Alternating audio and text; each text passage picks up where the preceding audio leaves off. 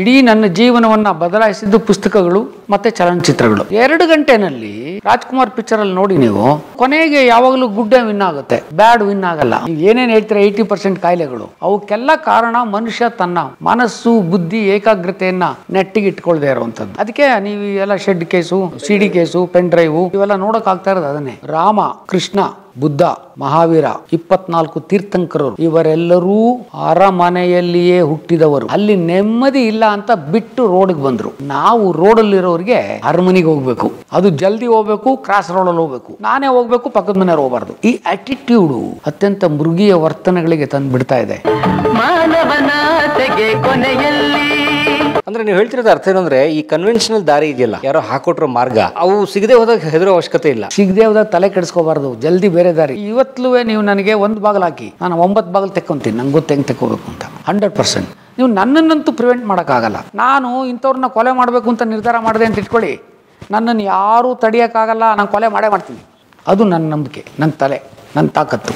ಗುರಿನೂ ಸರಿಯಾಗಿರಬೇಕು, ಆದರೆ ನಾವೇನು ಹೇಳ್ತೀವಿ, ಗುರಿನೂ ಸರಿಯಾಗಿರಬೇಕು, ದಾರಿನೂ ಸರಿಯಾಗಿರಬೇಕು. ನಾನು 2ನೂ ಸರಿಯಾಗಿ ಇಟ್ಕೊಂಡಿದ್ದೀನಿ. ನಾನು ಗುರಿ ಅಂತೇನು ಇಟ್ಕೊಂಡಿಲ್ಲ. 7ನೇ ಕ್ಲಾಸಾಗಿದ್ದಾಗ 1 ಲಕ್ಷದ ಲಾಟ್ರಿ ಹೊಡ್ಬಿಟ್ರೆ ಅದೇ ಜೀವನದ ಪರಮೋಚ್ಚ ಗುರಿ ಅಂತ. ಇವತ್ತು ನಂದು ಎಷ್ಟು ಜನ ದುಡ್ಡು ತಿನ್ಕೊಂಡು ಹೋದ್ರು. ಸೊ ಪ್ರಶ್ನೆ ನಡೀತಾನೆ ಇರೋದೇ ದಾರಿ. ಮತ್ತು ಬದುಕು ನನಗೇನು ಕಲಿಸ್ಕೊಡ್ತು, ನಾನಾ ಪರಿಯ ಭುಜಕೀರ್ತಿಗಳನ್ನು ಹಾಕುತ್ತೆ, ವೇಷಗಳನ್ನು ಹಾಕ್ಸುತ್ತೆ, ನಿನ್ನನ್ನು ಹೆಂಗೆಂಗೋ ತೋರಿಸಿ ಹೆಂಗೆಂಗೋ ಮಾಡುತ್ತೆ. ಇನ್ನೇನು ಕೈಗೆ ಸಿಕ್ತು ಅನ್ಬೇಕಾದ್ರೆ ತಪ್ಪಿಸ್ಬಿಡುತ್ತೆ. ಅದರಿಂದ ಕಲಿಬೇಕಾದ ಭಾಳ ಇರುತ್ತೆ. ಅದನ್ನು ಕಲಿತು ಮತ್ತೆ ಬೇರೆ ದಾರಿ ಇಟ್ಕೊಳ್ಳೋದು, ಇದೆಲ್ಲ ಮುಂದಕ್ಕೆ ಹೋಗೋದು. ಸೊ ಅಲ್ಲಿವರೆಗೆ ಬಂದೆ. ಅದಾದಮೇಲೆ ಹಿಸ್ಟ್ರಿ ನಾನು ಹೇಳ್ದಂಗೆ ಪ್ರೇರಣೆ ಕೊಟ್ಟರು ಮುಂಜಾನೆ ನರಸಿಂಹ ಅವರು. ಇನ್ಫ್ಯಾಕ್ಟ್ ನಿಜ ಹೇಳ್ತೀನಿ, ಅವಾಗ ನಮಗೆ ದುಡ್ಡಿಗೂ ಕಷ್ಟ ಇತ್ತು. ಅಷ್ಟೊತ್ತಿಗೆ ಮದುವೆ ಬೇರೆ ಮಾಡ್ಕೊಂಬಿಟ್ಟೆ. Arrange marriage? Arrange marriage.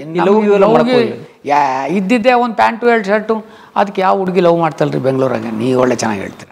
ಅದೇವಾಗ ಏನು ಕಾಸು ಇಲ್ಲ.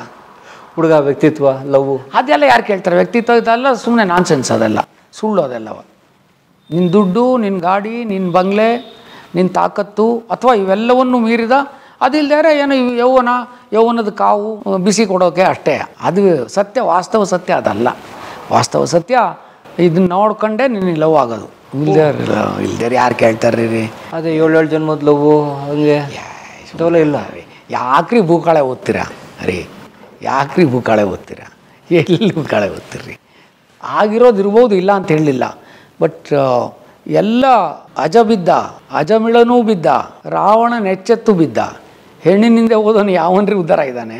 ಅಜ ಅಂದರೆ ಇಂದ್ರ, ಅಜಮಿಳ ಅಂತ ಒಬ್ಬ ರಾಜ ಒಂದು ವೇಶ್ಯೆ ಹಿಂದೆ ಬಿದ್ದು ಇಡೀ ರಾಜ್ಯ ಕಳ್ಕೊಂಡು ರೋಡಲ್ಲಿ ಬಂದು ನಿಂತ್ಕೊತಾನೆ. ನಳ ದಮಯಂತಿ ಕತೆ. ಅದು ಯಾಕೆ ಹೇಳಿದೆ ಅಂದರೆ, ಇದು ವಾಸ್ತವ ಭ್ರಮೆ. ಇದು ಅದೇ ದೇವರು ಈ ಬಾಲ್ಯ ಕೊಟ್ಟ, ಯೌವನ ಕೊಟ್ಟ, ಮಧ್ಯ ವಯಸ್ಸು ಮುಪ್ಪು ಕೊಟ್ಟ. ಈ ಯೌವನ ಒಂದು ಸ್ಕಿಪ್ ಆಗಿಬಿಟ್ಟಿದ್ದಿದ್ರೆ ಭಾಳ ಜನ ಉದ್ಧಾರ ಹೋಗ್ಬಿಡೋರು. ಯೌವನ ನನ್ನ ಮಗಂದು ಸ್ಕಿಪ್ ಆಗಲಿಲ್ಲ ನೋಡಿ, ಅರ್ಧ ಜನ ಸತ್ರು. ಯೌವನ ಅಪಾಯನ? ಯೌವನ ಒಂಥರ ಮಂಪುರ ಅಲ್ವಾ, ಅದು ಭ್ರಮೆ ಅಲ್ವಾ, ಕಿಕ್ಕೇನೆ. ಅದರಲ್ಲಿ ಭಾಳ ಕಲಿಯೋದು ಇರುತ್ತೆ, ಕಲಿಬಾರ್ದು ಇರುತ್ತೆ. ಅದನ್ನು ನಮ್ಮನ್ನು ಒಂಥರ ಕಷ್ಟಗಳಿಗೆ ಸಿಲುಕಾಕ್ಸುತ್ತೆ. ಆಗ ಪ್ರೂವ್ ಮಾಡೋ ಟೈಮ್ ಅದು ನಿಮಗೆ. ಬಿಟ್ಟು ಚೋದಕಗಳು, ಹಾರ್ಮೋನ್ಗಳು ಅಷ್ಟು ಕೆಲಸ ಮಾಡ್ತಾ ಇರುತ್ತೆ. ಯಾರಾದರೂ ಸರಿ 16 ವರ್ಷದೊಳಗಡೆ ಸಿಕ್ಕರೆ ಸಾಕು ಅಂತ ಇರುತ್ತೆ ಮನಸ್ಸು. Because of want of needs. Need and want ಅಂತೀವಲ್ವಾ, ಆ ವಾಂಟನ್ನು ನೀಡಾಗೂ ಆಗುತ್ತೆ. ಈ ಇದರಲ್ಲಿ ಬಿದ್ದವ್ರದ್ದು ಬಹಳ ಸಂಖ್ಯೆ ಇರುತ್ತೆ. ಪ್ಲಟೋನಿಕ್ ಲವ್ ಹೋಗಿ ಅಲ್ಲರೇ ಇವನು ಪ್ಲೇಟೋ ಹೋಗಿ ಸಾಕ್ರೆಟಿಸನ್ ಕೇಳ್ತಾನೆ, ನಾನು ಮದುವೆ ಮಾಡ್ಕೋಬೇಕು ಅಂತಿದ್ದೀನಿ, ಏನು ಹೇಳ್ತೀಯಾ ಅಂತ. ಅದಕ್ಕೆ ಸಾಕ್ರೆಟಿಸ್ ಹೇಳ್ತಾನೆ, oh why not, get marry. If you get a good wife you will lead a very good life. If not you will become a philosopher. ಕೆಟ್ಟ ಹೆಂಡತಿ ಸಿಕ್ಬಿಟ್ರೆ, ಐನ್ಸ್ಟೀನ್ ಕತೆ ಗೊತ್ತಲ್ವ ನಿಮಗೆ? ಅವನಿಗೆ 2 ಮಕ್ಳ ಮೇಲೆ ಭಾಳ ಪ್ರೀತಿ. ಆ ಐನ್ಸ್ಟೀನು ಈ 2 ಮಕ್ಳು, ಮೊದಲನೇ ಹೆಂಡತಿ 2 ಮಕ್ಳನ್ನ ಕರ್ಕೊಂಡು ಬೇರೆ ಹೋಗ್ಬಿಡ್ತಾಳೆ. ಭಾಳ ಇಷ್ಟ ಇವನಿಗೆ. ಇವನು 2ನೇ ಮದುವೆ ಮಾಡ್ಕೊಂಡಿರ್ತಾನೆ. ಅಷ್ಟೊತ್ತಿಗೆ ಇವನಿಗೆ ಇದು ಬಂದ್ಬಿಡುತ್ತೆ, ನೋಬಲ್ ಬಂದ್ಬಿಡುತ್ತೆ.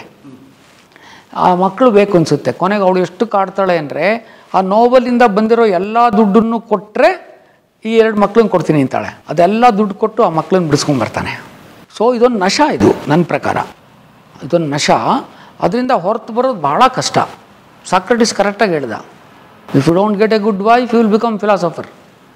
ಐನ್ಸ್ಟೀನ್ಗೆ ಆಗಿದ್ದು ಅದನ್ನೇ, ಎಲ್ರಿಗೂ ಆಗಿದೆ, ಭಾಳಷ್ಟು ಜನಕ್ಕಾಗಿದೆ, ಭಾಳಷ್ಟು ಜನಕ್ಕಾಗಿದೆ. ಆದರೆ ಬುದ್ಧಿವಂತರು ಯಾರು ಅಂದರೆ, ಅದನ್ನು ಸುಭದ್ರ ತಳಹದಿ ಮೇಲೆ ನಡೆಸ್ಕೊಂಡು, ನಮ್ಗೆ ಹೇಳ್ಕೊಟ್ಟಿರೋ ಥರ ನಡ್ಕೊಂಡು ಒಂಥರ ಹೆಜ್ಜೆಗಳನ್ನು ಖುಷಿಯಾಗಿ ಇಟ್ಕೊಂಡು ಮುಂದಕ್ಕೆ ಹೋದವನು ಬದುಕೊಂತಾನೆ. ಸೊ ನಾವು ಅದನ್ನು ಮಾಡ್ಕೊಂಬಂದಿದ್ವಿ. ನಮಗೆ ನಾನು ಹೇಳಿದ್ನಲ್ಲ, ನಾನು 86 ಮ್ಯಾರೇಜ್. ಹಾಂ, ಮದುವೆ ಆಯಿತು. ಆಮೇಲೆ ಆಯಿತು, 2 ಮಕ್ಕಳು ಅಲ್ಲೇ ಆದರು. ನಂಗೆ ಚೆನ್ನಾಗಿ ಜ್ಞಾಪಕ ಇದೆ, ಇವ್ರ ಊರಿಗೆ ಹಾಸನ. ಮದುವೆ ಆಗಿ ಇನ್ನೂ ಒಂದು ತಿಂಗಳಾಗಿತ್ತು. ಇವ್ರ ಅಣ್ಣ ಯಾವುದೋ ಒಂದು ಆಪ್ಟಿಕಲ್ ಶಾಪ್, ಇವ್ರ ಮನೆಯವರೆಲ್ಲ ಹೋಗಿದ್ವಿ. ಇವ್ರ ಅಜ್ಜ ಇದ್ದರು, ಬದುಕಿದ್ರು, ಇವ್ರ ತಾಯಿ ತಂದೆ. ನಾನು ಆ ಕಡೆ ನಿಂತೀನಿ, ಅವ್ರು ನಾನು ನೋಡಿಲ್ಲ. ಇವಳನ್ನ ಮಾತಾಡಿಸ್ತಾ ಇದ್ದಾರೆ ಅವ್ರ ಅಜ್ಜ. ಏನೇ ತಾಯಿ, ಅದು ಯಾವನ್ನೋ ಪುಡಿ ಕೊಡೋನ್ ಮದುವೆ ಮಾಡ್ಕೊಂಬಿಟ್ಟಿದೆಯಂತೆ, ಕೈಗಿಲ್ಲ, ಮೂಗಿಲ್ಲ, ಏನೂ ಇಲ್ವಲ್ಲೇ ಅಂತ ನನಗೆ ಕೇಳಂಗೆ ಮಾತಾಡ್ತಿದ್ದಾರೆ. ನೀವಲ್ಲೇ ಇದ್ದೀರಾ? ಇಲ್ಲ, ಅವ್ರ ಅಜ್ಜ ಇರಬೇಕಾಯ್ತು. ಈಗ ಆಡಿ ಕಾರ್ ಕರ್ಕೊಂಡು ಹೋಗ್ತಾ ಇದ್ದೆ. ಅಂದರೆ ನಾವು ಎಲ್ಲವನ್ನೂ ಅದನ್ನೆಲ್ಲ ಅದು ತೊಂದರೆಗಳು, ಉಳಿಪೆಟ್ಟುಗಳು ಸಿಕ್ಕಾಬಟ್ಟೆ. ಮೂರ್ತಿ ಆಗ್ಬೇಕಾದ್ರೆ ಇಷ್ಟೆಲ್ಲ ಬಿದ್ದಿದೆ.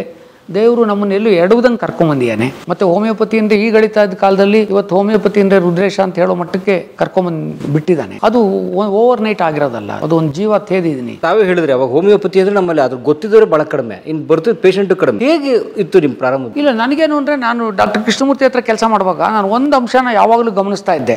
ಅಲ್ಲಿಗೆ ಬರ್ತಾ ಇದ್ದ ಎಲ್ಲ ಪೇಷಂಟ್ಸು ಸಹ ಒಂದು ಮಾತು ಹೇಳೋರು, ಡಾಕ್ಟ್ರೇ, ಬೆಂಗಳೂರಿನ ಎಲ್ಲ ಡಾಕ್ಟ್ರುಗಳನ್ನು ನೋಡೇ ಆಯಿತು, ಬೆಸ್ಟ್ ಡಾಕ್ಟ್ರುಗಳನ್ನು ನೋಡಿ ಆಯಿತು, ಸರಿ ಹೋಗಿಲ್ಲ, ಅದಕ್ಕೆ ನಿಮ್ಮ ಹತ್ರ ಬಂದೆ. ಅವರು 1 ತಿಂಗಳೋ 2 ತಿಂಗಳೋ 1 ವಾರನೋ 2 ತಿಂಗಳೋ ಬಿಟ್ಕೊಂಡು ಬಂದು ಹೇಳೋರು, ಥ್ಯಾಂಕ್ ಯು ಡಾಕ್ಟ್ರೇ, ಸರಿ ಹೋಗ್ಬಿಟ್ಟೆ ಅಂತ. ನನಗೇನು ಅಂದರೆ, ಈ ಊರಿನ ಬೆಸ್ಟ್ ಡಾಕ್ಟ್ರು ನೋಡದೇ ಇರೋದನ್ನು ಹೋಮಿಯೋಪತಿನಲ್ಲಿ ಇವ್ರು ಔಷಧಿ ಕೊಟ್ಟು ಹೆಂಗೆ ಸರ್ ಮಾಡ್ತಾರೆ ಹಂಗಾರೆ? ಅವ್ರ ಹತ್ರ ಇಲ್ಲದೆ ಇರೋದು ಹಂಗಾರೆ ಇವ್ರ ಹತ್ರ ಏನೋ ಇದೆ ಅಂತ ಆಯ್ತಲ್ಲ. ಸೊ ಅದೇನು ಅಂತ ತಿಳ್ಕೊಳ್ಳೋಕ್ಕೆ ನಾನು ಹೋಮಿಯೋಪತಿ ಅದು ನನಗೆ ಕ್ಯೂರಿಯಾಸಿಟಿ ಬರ್ಸಿದ್ದು. ಅದನ್ನು ನಾನು ಹಂಗೆ ಹಿಡ್ಕೊಂಡು ಹೋದೆ. ಅದು ಭಾಳ ಕಷ್ಟಪಟ್ಟಿದ್ದೀವಿ. ನೀವು ಹೇಳ್ದಂಗೆ ನಾನು ಪಾಸ್ ಆದಮೇಲೂ ಕೂಡ ಇಲ್ಲೊಂದು ಯಾವ ವರ್ಷ ಪಾಸ್ ಆದರೆ? 81 ಪಾಸ್ ಆದೆ. 82ಗೆ ಬಾಂಬೆಗೆ ಹೋದೆ. ಸೊ ಅದು ನಮಗೆ ಕಲಿಸ್ತು. ಅಲೋಪತಿ ನನಗೆ ಭಾಳ ಕಲಿಸ್ತು. ಪಾಠ ಮಾಡಿದ್ದು ಭಾಳ ತಂತು. ಜೊತೆಗೆ 90ರಲ್ಲಿ ನಾನು ಹಿಂತಿರುಗಿ ನೋಡದೇ ಇದ್ದಿದ್ದು ನನ್ನ ಮೊದಲನೇ ಡಾಕ್ಯುಮೆಂಟ್ರಿ 19ನಲ್ಲಿ ಮಾಡಿದೆ. ಹಾನಿಮನ್ ಮತ್ತು ಹೋಮಿಯೋಪತಿ ಅಂಥೇಳಿ ದೂರದರ್ಶನಕ್ಕೆ ಮಾಡಿದೆ. ದೂರದರ್ಶನದಲ್ಲಿ ಯಾರ್ದಾರೋ ಒಬ್ಬಂದು ಅವನ ನಿರ್ದೇಶನದಲ್ಲಿ ಒಂದು ಸಾಕ್ಷ್ಯಚಿತ್ರ ಬರುತ್ತೆ ಅಂದರೆ ಅವನು ಸ್ಟಾರ್ ಒಂಥರ 19ನಲ್ಲಿ. ನೀವೇ ಡೈರೆಕ್ಟರ್? ನಾನೇ ನಂದೇ ಡೈರೆಕ್ಷನ್ನು, ನಂದೇ ಕ್ಯಾಮ್ರಾ. ಒಬ್ಬ ರಾಮರಾವ್ ಅಂತ ಮನೋಜ್ ಕುಮಾರ್ಗೆ ಮಾಡ್ತಾಯಿದ್ದ. WIC ಏನೋ AC ಏನೋ ಯಾರೋ ಒಬ್ಬ, ಅವ್ನು ಯಾವುದೋ ಮಗಳು ಮನೆಗೆ ಬಂದಿದ್ದ 15 ದಿವಸ. ಅವ್ನು ಹಿಡ್ಕೊಂಡು ಅವ್ನ ಕೈಲಿ ಕ್ಯಾಮ್ರಾ ಮಾಡಿಸಿದ್ವಿ. ಅವ್ನು ಸಿಕ್ಕ. ಆಮೇಲೆ ಈ ಅಶ್ವಥ್ ಅಣ್ಣ ರಾಜಾರಾವ್ ಅಂತಿದ್ರು, ಅವ್ರು ಹಾನಿಮನ್ ಥರನೇ ಕಾಣಿಸೋರು. ಮಧ್ಯದಲ್ಲಿ ಬೋಳ, ಸೈಡಲ್ಲಿ ಕೂದಲು. ಅವನಿಗೆ 3 ಗಂಟೆ ಮೇಕಪ್ ಮಾಡಿಸಿ ಹಾನಿಮನ್ ಥರನೇ ಮಾಡಿದೆ. ಸೆಪಿಯಾದಲ್ಲಿ ಚಿತ್ರೀಕರಣ ಮಾಡಿದೆ. ಹಾನಿಮನ್ ಹೇಳಿರೋದನ್ನೆಲ್ಲ ಅವನ ಬಾಯಲ್ಲಿ ಹೇಳಿಸ್ದೆ. ಅದರ ಅರ್ಥ ಏನು ಅಂತ ನೆಕ್ಸ್ಟ್ ಶಾರ್ಟಲ್ಲಿ ನಾನು ಬಂದು ಹೇಳಿದೆ ಜನಕ್ಕೆ ಕನ್ನಡದಲ್ಲಿ. ಅದು ಹಾನಿಮನ್ ಒಂದ್ಸರಿ, ನಾನೊಂದ್ಸರಿ ಹಾನಿಮನ್ ಒಂದ್ಸರಿ. ಹೋಮಿಯೋಪತಿ ವಿಚಾರಗಳು ಇಂಗ್ಲೀಷಲ್ಲಿ ಒಂದ್ಸಲ, ಕನ್ನಡದಲ್ಲಿ ಒಂದ್ಸಲ. ಇಂಗ್ಲೀಷಲ್ಲಿ ಅವನು ಹೇಳೋದು, ಕನ್ನಡದಲ್ಲಿ ನಾನು ಹೇಳೋದು. ಮತ್ತು ಪೇಷಂಟ್ಸ್ನ ಇಂಪ್ರೂವ್ ಮಾಡಿದೆ. ಅಲೋಪತಿ ಡಾಕ್ಟರ್ಗಳನ್ನ ಇಂಪ್ರೂವ್ ಮಾಡಿದೆ. ಅದು ಅರ್ಧ ಗಂಟೆದು ಸ್ಲಾಟು. ಅವತ್ತು ಅನೀಸ್ ಉಲ್ಲಕ್ ಅಂತ ಇದ್ರು ದೂರದರ್ಶನಲ್ಲಿ. ಅವ್ರು ನನಗೆ ಚಾನ್ಸ್ ಕೊಟ್ಟಿದ್ದು ಫಸ್ಟು ದೂರದರ್ಶನದ್ದು. ಬಂದೆ, ಮಲಗಿದ್ದೀನಿ. ಭಾನುವಾರ ಬೆಳಿಗ್ಗೆ ಫೋನು 6:45ಗೆ ಫೋನ್. ಅವಾಗ ನನಗೆ ಲ್ಯಾಂಡ್ಲೈನ್ ಬಂದಿತ್ತು. ಡಾಕ್ಟ್ರು ಅನ್ನೋ ಕಾರಣಕ್ಕೆ ಕೊಟ್ಟಿದ್ದು. ಏನು ರೀ ಡಾಕ್ಟ್ರ್, 6:15ಗೆ ಫೋನ್. ಯಾರು ಬೆಳಗ್ಗೆ? ಹಲೋ ಅಂದೆ. ಏನು ಮಾಡ್ತಾ ಇದ್ದಾರೆ? ಆಗ ಮಲಗಿದ್ದೀನಿ ಸರ್. ಹೇಳ್ರಿ ರೀ, ಒಳ್ಳೇದು ಡಾಕ್ಟ್ರಿಗೆ ನೀವು ಅಂದ್ರೆ. ಏನು ಸರ್ ಅಂದೆ. ಪೇಪರ್ಗೆ ನೋಡಿದ್ರಿ? ಪೇಪರ್ಗೆ ನಾನು ಯಾಕೆ ನೋಡ್ಬೇಕು ಸರ್ ಅಂದೆ. ನಿಮ್ಮ ಬಗ್ಗೆನೇ ಬರ್ದಿದ್ದಾರೆ ಕಣ್ರಿ. ಪ್ರಜಾವಾಣಿ, ಕನ್ನಡಪ್ರಭ, ಸಂಯುಕ್ತ ಕರ್ನಾಟಕ, ಇಂಡಿಯನ್ ಎಕ್ಸ್ಪ್ರೆಸ್ಸು 5 ಪೇಪರಲ್ಲಿ ಬರ್ದಿದ್ದಾರೆ. ಯಾಕೆ ಬರೆದ್ರು ಸರ್ ಅಂದೆ. ನಿಮ್ದಿಗೆ ಸಾಕ್ಷ್ಯಚಿತ್ರ ಬಂತಲ್ವಾ, ಅದು one of the best and very well defined documentary ಅಂತ ಬರ್ದಿದ್ದಾರೆ ನೋಡ್ರಿ. ಸೊ ಕಷ್ಟಪಟ್ಟಿದ್ದು ಸಾರ್ಥಕ ಅನ್ನೋದು ಗೊತ್ತಾಗ್ಬಿಡ್ತು. ಸ್ಟಾರ್ ನಾನು ಅವತ್ತಿಂದ. 90 ನಮ್ಮಲ್ಲಿ ಇಪಿಟೋರಿಯಂ ಪರ್ಫೋರೇಟಮ್ ಅಂತ ಒಂದು ಔಷಧಿ ಕೊಡ್ತೀವಿ. It's a perfect picture of break bone fever. ಅದಾದ್ಮೇಲೆ 6 ಡಾಕ್ಯುಮೆಂಟ್ರಿ ಮಾಡಿದೆ 2 ವರ್ಷದಲ್ಲಿ. ಎಲ್ಲವೂ ಹಿಟ್ ಆದವು. ಒಂದ್ರಲ್ಲಿ ಶಿವರಾಮನ್ ಹಾಕೊಂಡು ಮಾಡಿದೆ. ಹಿಂಗೆ ಒಂದೊಂದಕ್ಕೂ 6 ಸಾಕ್ಷ್ಯಚಿತ್ರ 6 ಹಿಟ್ ಆಯಿತು. ಆಮೇಲೆ ಇಲ್ಲಿವರೆಗೂ 400-500 TV ಇಂಟ್ರ್ಯೂಸ್ ಆಗಿದೆ. Zee TVಗೆ ಒಂದು 100 ಎಪಿಸೋಡ್ ಮಾಡಿದೆ. ದಿವಸ 720, ವಾರಕ್ಕೆ ಒಂದೇ ದಿವಸ ಮಾಡಿ ಬರ್ತಾ ಇದ್ದೆ. 10 ನಿಮಿಷ 12 ನಿಮಿಷದ್ದು ಸ್ಲಾಟು. ಒಂದು 100 ಎಪಿಸೋಡ್ ಮಾಡಿದೆ. ಯಾವ ಐಟಮೂ ಬಿಡಲಿಲ್ಲ ನಾನು. ಸೊ ಅದು ದಟ್ಸ್ ವಾಟ್. ಸೊ ನೀವು ಹೋಮಿಯೋಪತಿನ ಪಾಪ್ಯುಲರ್ ಮಾಡಿದ್ದು ಕರ್ನಾಟಕದಲ್ಲಿ because of TV and media through your service? Yes ಅದೇನೆ, ಅದರಲ್ಲೇನು ಮಾತೇ ಇಲ್ಲ. ಆಮೇಲೆ ನಿಮ್ಮ ಅಶ್ವಿನಿ ಕ್ಲಿನಿಕ್ ಮುಂದೆ ಜನ ಸಾಗರ ಅಂತ ಕೇಳ್ಪಟ್ಟಿದ್ದೀವಿ. ಸೊ ಯಾಕದು ಬೇರೆ ಕಡೆ ಯಾಕಿಲ್ಲ, ಅಥವಾ ನಿಮ್ಮಲ್ಲಿ ಯಾಕಿದೆ? ಈಗಂತೂ ಹೋಮಿಯೋಪತಿ ಡಾಕ್ಟರ್ ಭಾಳ ಜನ. ನೀವು ಬಾಕ್ಯಾರನ್ನ ಕೇಳಬೇಕು, ನನ್ನ ಯಾಕೆ ಕೇಳ್ತು? ಅವ್ರ ಮುಂದೆ ಯಾಕೆ ಅಷ್ಟು ಜನ ಇರ್ತಾರೆ, ನಿಮ್ಮ ಮುಂದೆ ಯಾಕಿಲ್ಲ ಅಂತೇಳಿ ನೀವು ಅವ್ರನ್ನ ಕೇಳಬೇಕು. ನಾನು ಕೇಳಿದ್ರೆ ನಾನೇನು ಹೇಳ್ತೀನಿ? ಜನ ಇಷ್ಟಪಟ್ಟಿದ್ದಾರೆ, ಅದಕ್ಕೋಸ್ಕರ ಬಂದಿದ್ದಾರೆ ಅಂತ ಹೇಳ್ತೀನಿ. ಅಷ್ಟು ಬಿಟ್ಟರೆ ನಾನು ಇನ್ನೇನು ಹೇಳೋಕ್ಕಾಗುತ್ತೆ from my point of view. ಒಂದಂತೂ ಸತ್ಯ, ಹೋಮಿಯೋಪತಿ, ಅಲೋಪತಿ, ಈ ಪತಿ, ಆ ಪತಿ, ಯಾವ ಪತಿ ಯಾರೋ ಆಗಲಿ, ಯಾವ ಪತಿ ಆದರೂ ತೃಪ್ತಿ, ಯಾವ ಪತಿ ಆಗಲಿ, ಎಲ್ಲಿವರೆಗೆ ಜನಕ್ಕೆ ರಿಸಲ್ಟ್ ಸಿಕ್ಕುತ್ತೋ ಅಲ್ಲಿವರೆಗೆ ನಿನ್ನನ್ನು ನಂಬ್ತಾರೆ. ರಿಸಲ್ಟ್ ಸಿಗ್ತಾ ಇದ್ದರೆ ನಾನು ಕಿಂಗ್ ಆಫ್ ಬೆಥ್ಲೆಹೆಮ್ ಅಂತ ಹೇಳ್ಕೊಂಡ್ರು ಯಾರೂ ಕೇಳಲ್ಲ. People are result oriented. ಆ ರಿಸಲ್ಟನ್ನು ನಾವು ತೋರಿಸ್ಕೊಟ್ಟಿದ್ದೀವಿ. ಸೊ ರುದ್ರೇಶಿಂದ ನನಗೆ ಉಪಯೋಗ ಇದೆ ಅಂದರೆ ಮಾತ್ರ ಬರ್ತಾರೆ ನಿನ್ನ ಹತ್ರಕ್ಕೆ. ಇಲ್ಲದ್ರೆ ನಮ್ಮ ಮನೆಯಲ್ಲಿ ಬರ್ತಾರೆ. ನಮ್ಮ ಅಪ್ಪ ಬರೋಕ್ಕೆ 10 ವರ್ಷ ತಗೊಂಡ್ರು ನನ್ನ ತಕ್ಕೆ. ಇದು ಬಂಜಿತನ ನಿವಾರಣೆ ವರ್ಲ್ಡ್ ರೆಕಾರ್ಡ್ ಅದು ಹೇಗೆ ಶುರು ಆಯ್ತದೆ? ನಾನು ಮಾಡ್ತೀನಿ ಅಂತ ಗೊತ್ತಿರಲಿಲ್ಲ. ನನಗೆ ಫಸ್ಟ್ ಕೇಸ್ ಒಬ್ಬಳು ಗೈನಕಾಲಜಿಸ್ಟು, ಅದರಲ್ಲಿ ಗೈನಕಾಲಜಿಸ್ಟ್ ಹಾಕಿದ್ಲು. ಅವಳಿಗೆ ಒಂದು ಮಗು 6ನೇ ತಿಂಗಳಲ್ಲಿ ಹೊಟ್ಟೆಲೆ ಸತ್ತೋಗಿತ್ತು. ರುಂಡನೇ ಇರಲಿಲ್ಲ, ಕತ್ತಿರಲಿಲ್ಲ ಅದಕ್ಕೆ. ಸೊ ಅಬಾರ್ಟ್ ಮಾಡಿ ತೆಗೆದ್ರು. ಯಾರೋ ಹೇಳಿದರು ಹೋಮಿಯೋಪತಿನಲ್ಲಿ ಕಾನ್ಸ್ಟಿಟ್ಯೂಷನ್ ಮೆಡಿಸನ್ ಅಂತ ಕೊಟ್ಟು ಸರಿಯಾಗಂಗೆ ಮಾಡ್ತಾರೆ ಅಂತ. ಅವಳು ನನ್ನ ಹತ್ರ 1.5 ವರ್ಷ ಟ್ರೀಟ್ಮೆಂಟ್ ತೊಗೊಂಡ್ಲು. ಅದಾದಮೇಲೆ ಕನ್ಸೀವ್ ಆಗಮ್ಮ ಅಂದೆ. ಅಂದರೆ ಅವ್ಳು ಕಾನ್ಸ್ಟಿಟ್ಯೂಷನ್ ಮೆಡಿಸನ್ ಅಂತ ಕೊಡ್ತೀವಿ. ಅದು ಕೊಟ್ಟ ನಂತರ ಅವಳು ಕನ್ಸೀವ್ ಆದಲು, ಒಂದು ಗಂಡು ಮಗು ಆಯಿತು ಅವಳಿಗೆ. ಅವಳು ನನ್ನ ಹತ್ರ, ಅವಳು ಅಂದರೆ ನೀವು ಯಾರೋ ಇವನೇನೋ ದೊಡ್ಡ ಮನುಷ್ಯ ಅನ್ಕೊಬೇಡ್ರಪ್ಪ, ಆ ಕಾಮೆಂಟ್ ಬಾಕ್ಸಾಗ ಅದು ಬೇರೆ ಆಗ್ತಾರೆ. ಇವನ್ನೆಲ್ಲ ದೊಡ್ಡವ್ರನ್ನೆಲ್ಲ ಅವನು ಅಂತಾನೆ, ಅವಳು ಅಂತಾನೆ. ನಾವು ದೇವ್ರಿಗೂ ಅವನೇ ಅಂತೀವಿ. ಹಂಗಂದ್ರೆ ದೇವ್ರು ನಾವು ಚಿಕ್ಕದಾಗ ನೋಡ್ತೀವ. ಅವಳು ಅಂದರೆ ಅದು ಕಲಕ್ವೆಲ್ಲಾಗಿ ಮಾತಾಡೋದು, ಫ್ರೆಂಡ್ ಯಾರಿಗೂ ಅಫೆಂಡ್ ಮಾಡೋದಾಗಲಿ, ಎಲ್ರಿಗಿಂತ ನಾನು ದೊಡ್ಡವನು ಅಂತಾಗಲಿ ಖಂಡಿತ ದೇವರಾಣೆ ನನ್ನ ಮನಸ್ಸಿನಲ್ಲಿ ಅದಿಲ್ಲ. ಮಾತಾಡ್ತಾ ಯಾರು ಕಾಮೆಂಟ್ ಬಾಕ್ಸಲ್ಲಿ ಅದೇ ಆಗ್ತಾರೆ. ಇವನೆಲ್ಲ ಭಾಳ ಇವನೊಬ್ಬನೇ, ಅಮಿತಾಬ್ ಬಚ್ಚನ್ಗೂ ಅವನೇ ಅಂತಾನೆ, ರಾಜ್ಕುಮಾರ್ಗೂ ಅವನೇ. ಇಲ್ಲ, ಖಂಡಿತ ಅಲ್ಲ. ಯಾರು ದೊಡ್ಡವರಲ್ಲ. ನಾನು ನನಗಿಂತ ಕಿರಿಯರಿಲ್ಲ ಅಂತ ನಿಜವಾಗ್ಲೂ ನಂಬಿದವನು. ಅದರಲ್ಲೇನು 2 ಮಾತೇ ಇಲ್ಲ. ಸೊ ಅದು ಯಾಕೆ ಹೇಳಿದೆ ಅಂದರೆ, ಆಕೆ ನನ್ನ ಹತ್ರ ಸುಮಾರು ಪೇಷಂಟ್ಸ್ ಕಳ್ಸೋಕ್ಕೆ ಶುರು ಮಾಡಿದ್ಲು. ಹಾಗಾಗಿ ನಾನು ಒಂದು 5 ವರ್ಷದಲ್ಲಿ 1,000 ಕೇಸಿಗೆ ಮಾಡಿದೆ. ಇಲ್ಲಿವರೆಗೂ ಒಂದು 3,500 ಸಂತಾನಹೀನರಿಗೆ ಔಷಧಿ ಮುಖಾಂತರ ಸಂತಾನಹೀನತೆ ಮಾಡೋಂಗೆ ಮಾಡಿದ್ದು. ಅದು ನನ್ನ ಪುಣ್ಯ ಅಂತಲೇ ಹೇಳ್ತೀನಿ ಆ್ಯಕ್ಚುಲಿ. ಈಗ ಮನೇಲಿ ಏನಾದ್ರು ಗಲಾಟೆ ನನ್ನ ಮಗನ ಅದೇ ಹೇಳ್ತಾರೆ, ಹೋಗಲ್ಲ ನೀನು ಒಬ್ಬನೇ ಅಲ್ಲ, ನಂಗೆ 3,000 ಜನ ಇದ್ದಾರೆ, ಹೋಗ ಒಬ್ರಿಬ್ರಲ್ಲ ಅಂತ ಹೇಳಿ. ಅಲ್ಲ, ಅದು ತಮಾಷೆಗೆ ಹೇಳಿದೆ. ಸತ್ಯ ಏನು ಅಂದರೆ ಅದು ನನಗೆ ಸಂತೋಷವನ್ನು ತಂದುಕೊಡ್ತು, ಹೆಸರನ್ನು ತಂದುಕೊಡ್ತು. ಪ್ರತಿ ಮಗುವಿನ ಜೊತೆ ಒಬ್ಬ ತಾಯಿ ಕೂಡ ಹುಡ್ತಾಳೆ ಅನ್ನೋದು ಗೊತ್ತಿರಲಿ. ನಾವು ಮಗುನ ಮಾತ್ರ ಮಾಡಲಿಲ್ಲ, ತಾಯಿನೂ ಮಾಡಿದ್ವಿ. ತಾಯಿ ಆಗದೆ ಇದ್ದರೆ ಬಾಲಕರಿಲ್ಲದ ಬಾಲಿದೆ ಆ ಥರ ಜನ್ಮ, ಬಾಡಿಗೆ ಎತ್ತು ದುಡಿದಂಗ ನವ ಬಾಳೆಲೆಯ ಹಾಸುಂಡು ಬೀಸಿ ಒಗದಂಗ ಅಂತ ಜಾನಪದದ ಗೀತೆ. ಹೆಣ್ಣಿಗೆ ಒಂದು 2 ವರ್ಷ ಆದರೆ ಮಗು ಆಗದೆ ಇದ್ದರೆ ನಮ್ಮ ಸಮಾಜದಲ್ಲಿ ಆ ರೀತಿ ಬಾಳೆಲೆಯ ಹಾಸುಂಡು ಬೀಸಿ ಒಗದಂಗ ಅಂತ ಹೇಳ್ತಾರೆ. ಈಗಿನವ್ರಿಗೆಲ್ಲ ಮಕ್ಕಳೇ ಬೇಡ ಅಂತಾರೆ, ಲಿವಿಂಗ್ ಟುಗೆದರ್ ಅಂತಾರೆ. ಬಟ್ ಏನೇ ಆಗಲಿ, ಯಾವುದೇ ಸಂತಾನಾಭಿವೃದ್ಧಿ, ಯಾವುದೇ ದಾಂಪತ್ಯದ ನಿರೀಕ್ಷೆ ಅದೇ ಇರುತ್ತೆ. ಶೇಕ್ಸ್ಪಿಯರ್ ಹೇಳ್ತಾನೆ, man lives through his poetry and progeny ಅಂತ. ಮನುಷ್ಯ ತನ್ನ ಸಾಹಿತ್ಯ ಅಥವಾ ಕವಿತೆ ಹಾಗೂ ವಂಶಾಭಿವೃದ್ಧಿಯಿಂದ ಬದುಕ್ತಾನೆ ಅಂತ. ಎಲ್ಲರಿಗೂ ಕವಿತೆ ಬರೆಯೋಕ್ಕಾಗಲ್ಲ, ಮಕ್ಕಳನ್ನಾರು ಬರೀಲಿ.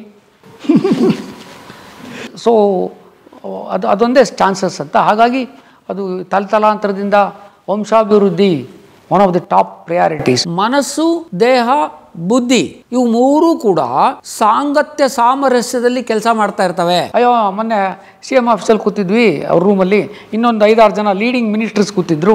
ಮಾತಾಡ್ತಾ ಇದ್ವಿ ಹಿಂಗೇನೆ. ಒಬ್ಬ ಮಿನಿಸ್ಟ್ರು ಪರಿಚಯ ಮಾಡಿಕೊಟ್ರೆ ನನ್ನನ್ನು ಇನ್ನೊಬ್ಬ ಟಾಪ್ ಮಿನಿಸ್ಟ್ರಿಗೆ. ಗೊತ್ತೇನ್ರಿ, ಡಾಕ್ಟ್ರದು 3,000 ಕೇಸ್ ಮಾಡಿದ್ದಾರೆ ಅವರು ಅಂದರು. ಅವರು ಜಾರಕಿಹೊಳಿ ನನಗೆ, ಅದೇನು ದೊಡ್ಡದ್ರಿ ಡಾಕ್ಟ್ರ್, ಈ ದೇಶದಾಗೆ 140 ಕೋಟಿ ಇದ್ದಾರೆ ಅಂದರು. ಹೌದು ಸರ್, ಹಂಗೆ ಅದು water everywhere, not a drop to drink. ಸಮುದ್ರ ತುಂಬ ನೀರಿದೆ, ಕುಡಿಯೋಕ್ಕೆ ನೀರಿಲ್ಲ ಅಂದರೆ ನಿಮಗೆ ಯಾತಕ್ಕೆ ಸರ್ ಅಂದೆ. ಸುಮ್ಮನೆ ಅವರು ಅಂದರೆ ಅದು ಹಂಗೇನೆ ಮನುಷ್ಯನಿಗೆ ಸಂತಾನ ಅಭಿವೃದ್ಧಿಗೆ ಅದು ಒಳ್ಳೆಯ ಹೆಸರು ತಂದು ಕೊಡ್ತು. ಹೋಮಿಯೋಪತಿಗೂ ಹೆಸರು ತಂದು ಕೊಡ್ತು. ಅದ್ರ ಮೇಲೆ ನಾನು ಗ್ರೀಸಲ್ಲಿ 32 ಯುರೋಪಿಯನ್ ಕಂಟ್ರೀಸಿಗೆ ಮಾತಾಡಿದೆ, ನಾನು ಹೆಂಗೆ ಮಾಡಿದೆ ಈ 3,000 ಕೇಸನ್ನು ಅಂತ. ಮತ್ತು ಇಡೀ ನಾರ್ತ್ ಇಂಡಿಯಾದಲ್ಲಿ ಮಾತಾಡ್ತೀನಿ ನಾನು ರೆಗ್ಯುಲರಾಗಿ. ನನ್ನನ್ನು ಕರೆಸ್ತಾರೆ ಅಲ್ಲಿಗೆ 1,000 ಜನ, 1,500 ಜನ, 2,000 ಜನ ಡಾಕ್ಟ್ರಸು ನನ್ನ ಪ್ರೆಸೆಂಟೇಷನ್ಗೋಸ್ಕರ ಕಾಯ್ತಾರೆ. ಅದೇ ಸಂತೋಷ. ನಾನು ಇಲ್ಲಿ ಅದೆಲ್ಲ ಮಾಡಿ ನನಗೆ ಹೆಸರು ಬಂದು ಇಷ್ಟೆಲ್ಲ ಆದಮೇಲೆ ನನ್ನ ಸೆಂಟ್ರಲ್ ಕೌನ್ಸಿಲ್ ಆಫ್ ಹೋಮಿಯೋಪತಿ ಅಂತ, ಅದಕ್ಕೆ 10 ವರ್ಷ ನಾನು ಎಕ್ಸಿಕ್ಯೂಟಿವ್ ಮೆಂಬರ್ ಆಗಿದ್ದೆ. ಅಂದರೆ ಭಾರತದ 240 ಕಾಲೇಜುಗಳಿಗೂ ಕೂಡ ಅದರ ಆಡಳಿತ, ಅದರ ಎಜುಕೇಷನ್ ಹೆಂಗಿರಬೇಕು ಅಂತ ಹೇಳ್ಕೊಡುವಂಥ ಸಂಸ್ಥೆ ಅದು. ಅಲ್ಲಿ ನಾನು ಆಗಿದ್ದೆ. ಮತ್ತು ನನ್ನ ಸಂಸ್ಥೆಗೆ, ಈ ಕರ್ನಾಟಕದ ಹೋಮಿಯೋಪತಿ ಮಂಡಳಿಗೆ, I am elected president from past 10 years. So ಆಡಳಿತ ಅಂದರೆ ಏನು ಅಂತ ಗೊತ್ತು. ರಾಜೀವ್ ಗಾಂಧಿ ಯೂನಿವರ್ಸಿಟಿಗೆ 3 ವರ್ಷ ನಾನು ಸಿಂಡಿಕೇಟ್ ಮೆಂಬರು, 3 ವರ್ಷ ಸೆನೆಟ್ ಮೆಂಬರು, ಈಗಲೂ faculty member. So medical education ಹೆಂಗಿರಬೇಕು ಅಂತ ಗೊತ್ತು ನನಗೆ.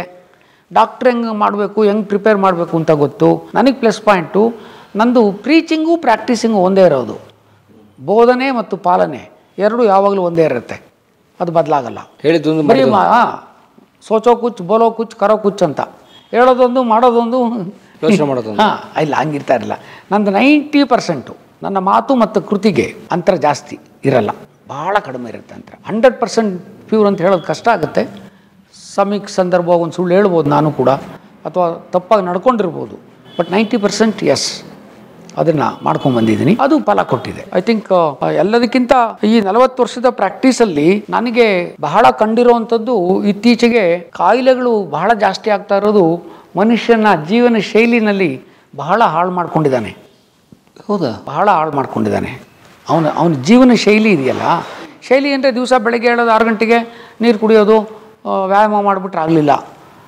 ನಮ್ಮ ಮನಸ್ಸನ್ನು, ಬುದ್ಧಿಯನ್ನು ನೆಟ್ಟಿಗಿಟ್ಕೊಳ್ಳೋದು, ಬೇರೆಯವ್ರಿಗೆ ಮೋಸ ಮಾಡದೇ ಇರೋದು, ಬೇರೆಯವ್ರಿಗೆ ಸ್ಕೆಚ್ ಆಗ್ತಾ ಇರೋದು, ನಂದು ಒಂದು ಕಣ್ಣು ಹೋದ್ರೂ ಪರವಾಗಿಲ್ಲ ಅವಳದು 2 ಕಣ್ಣು ಹೋಗಬೇಕು ಅನ್ನೋವಂಥ ಆ್ಯಟಿಟ್ಯೂಡನ್ನು ಇಟ್ಕೊಂಡಿರುವಂಥದ್ದು, ಇವೆಲ್ಲವೂ ಕೂಡ ಮನುಷ್ಯನಿಗೆ ಆಧುನಿಕ ಮಾನವ ಅಂತ ಕರೀತಾರಲ್ಲ, ಅವನಿಗೆ ಬಂದಿರುವಂಥದ್ದು. ಆಧುನಿಕ ಮಾನವ ಅಂದರೆ ಯಾರು? ನೆಮ್ಮದಿ ಇಲ್ಲದವನು, ನಿಂತಲ್ಲಿ ನಿಲ್ಲದವನು, ಕುಳಿತಲ್ಲಿ ಕುಳ್ಳಿರದವನು, ಎಲ್ಲವೂ ಇದ್ದಾಗಲೂ ಮತ್ತಿನ್ನೇನೋ ಆಗಬೇಕೆಂದು ಹಪಹಪಿಸುವನು. ಆಧುನಿಕ ಮಾನವ ಅವಿಶ್ರಾಂತ ಸ್ಥಿತಿಗೆ ಬಂದು ಮುಟ್ಟಿದ್ದಾನೆ. ಅವನ ಈ ಅವಿಶ್ರಾಂತ ಸ್ಥಿತಿಯೇ ಎಲ್ಲ ಕಾಯಿಲೆಗಳ ಮೂಲ.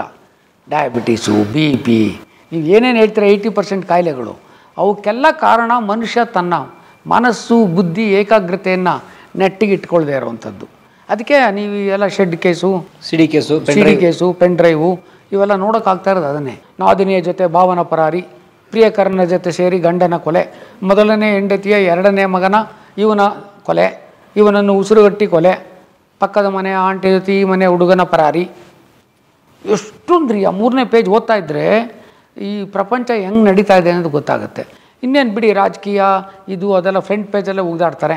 ಇವನು ಅವನಿಗೆ ಹೋಗಿತಾನೆ, ಇವನು ಎಲ್ಲಡಿಕೆ ಹಾಕೊಂಡು ಹೋಗಿತಾನೆ, ಮಾರನೇ ದಿವಸ ನೋಡ್ರೆ ಇವನು ಹೊಗೆ ಸೊಪ್ಪು ಹಾಕೊಂಡು ಹೋಗಿತಾನೆ. ಬರೀ ಇದೇ ಆಗೋಯ್ತಲ್ಲ.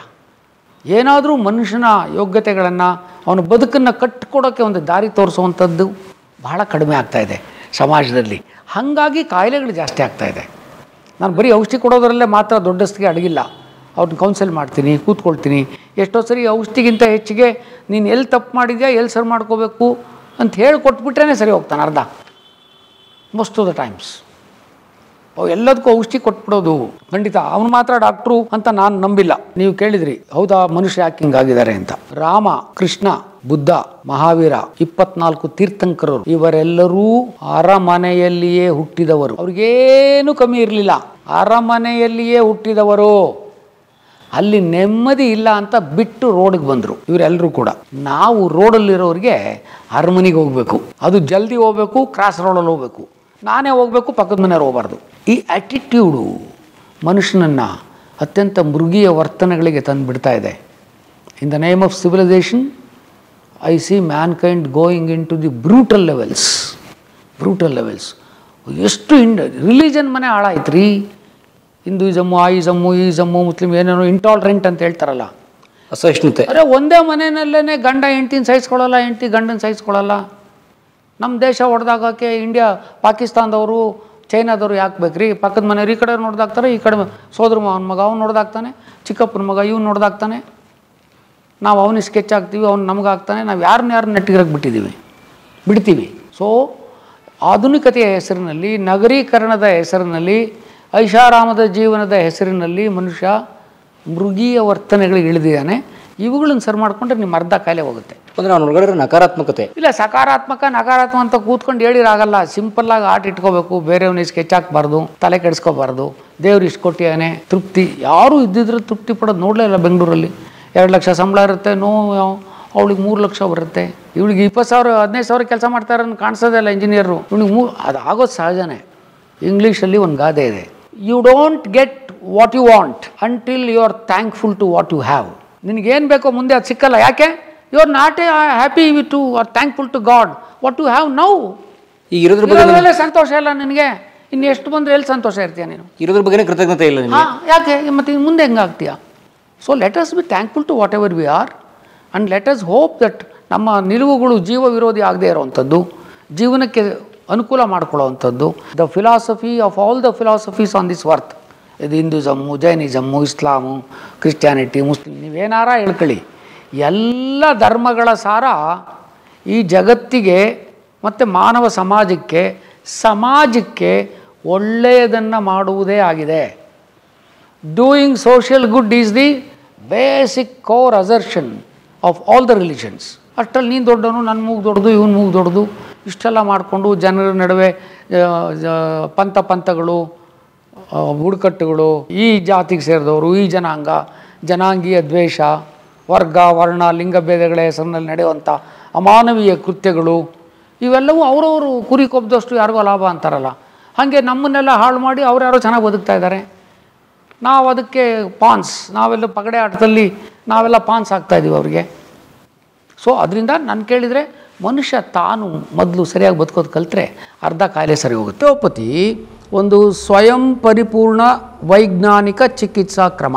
ಡಾಕ್ಟರ್ ಆದವರು ಕೆಲವು ಪುಸ್ತಕಗಳನ್ನು ಓದಲೇಬೇಕು ಅಂತ ಹೇಳ್ತೀವಿ ನಾವು, ಕೆಲವೆಲ್ಲ ಮೆಡಿಕಲ್ ಅಲ್ಲದೆ ಇರೋವಂಥದ್ದನ್ನು. ಇಡೀ ನನ್ನ ಜೀವನವನ್ನು ಬದಲಾಯಿಸಿದ್ದು ಪುಸ್ತಕಗಳು ಮತ್ತು ಚಲನಚಿತ್ರಗಳು.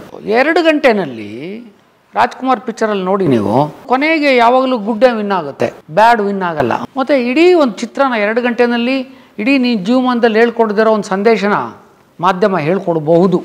ನಾವು ಹಾಳು ಮಾಡ್ಕೊಂಡಿದ್ದೀವಿ, ಅದು ಬೇರೆ ಪ್ರಶ್ನೆ. ಮನುಷ್ಯನಿಗೆ ಯಾವ್ಯಾವುದು ಒಳ್ಳೇದಕ್ಕೆ ಅಂತ ಕಂಡಿಡ್ದ ಅವನು ವಿನಾಶಕ್ಕೆ ದಾರಿ ಮಾಡ್ಕೊಂಡಿದ್ದಾನೆ. ಚಾಕ್ ಕಂಡಿಡಿದ್ರು ತರಕಾರಿ ಹೆಚ್ಚಯ ಅಂತ, ಇವನು ಒಟ್ಟಿಗೆ ಹಾಕೋದು ಕಲ್ತ್ಬಿಟ್ಟ.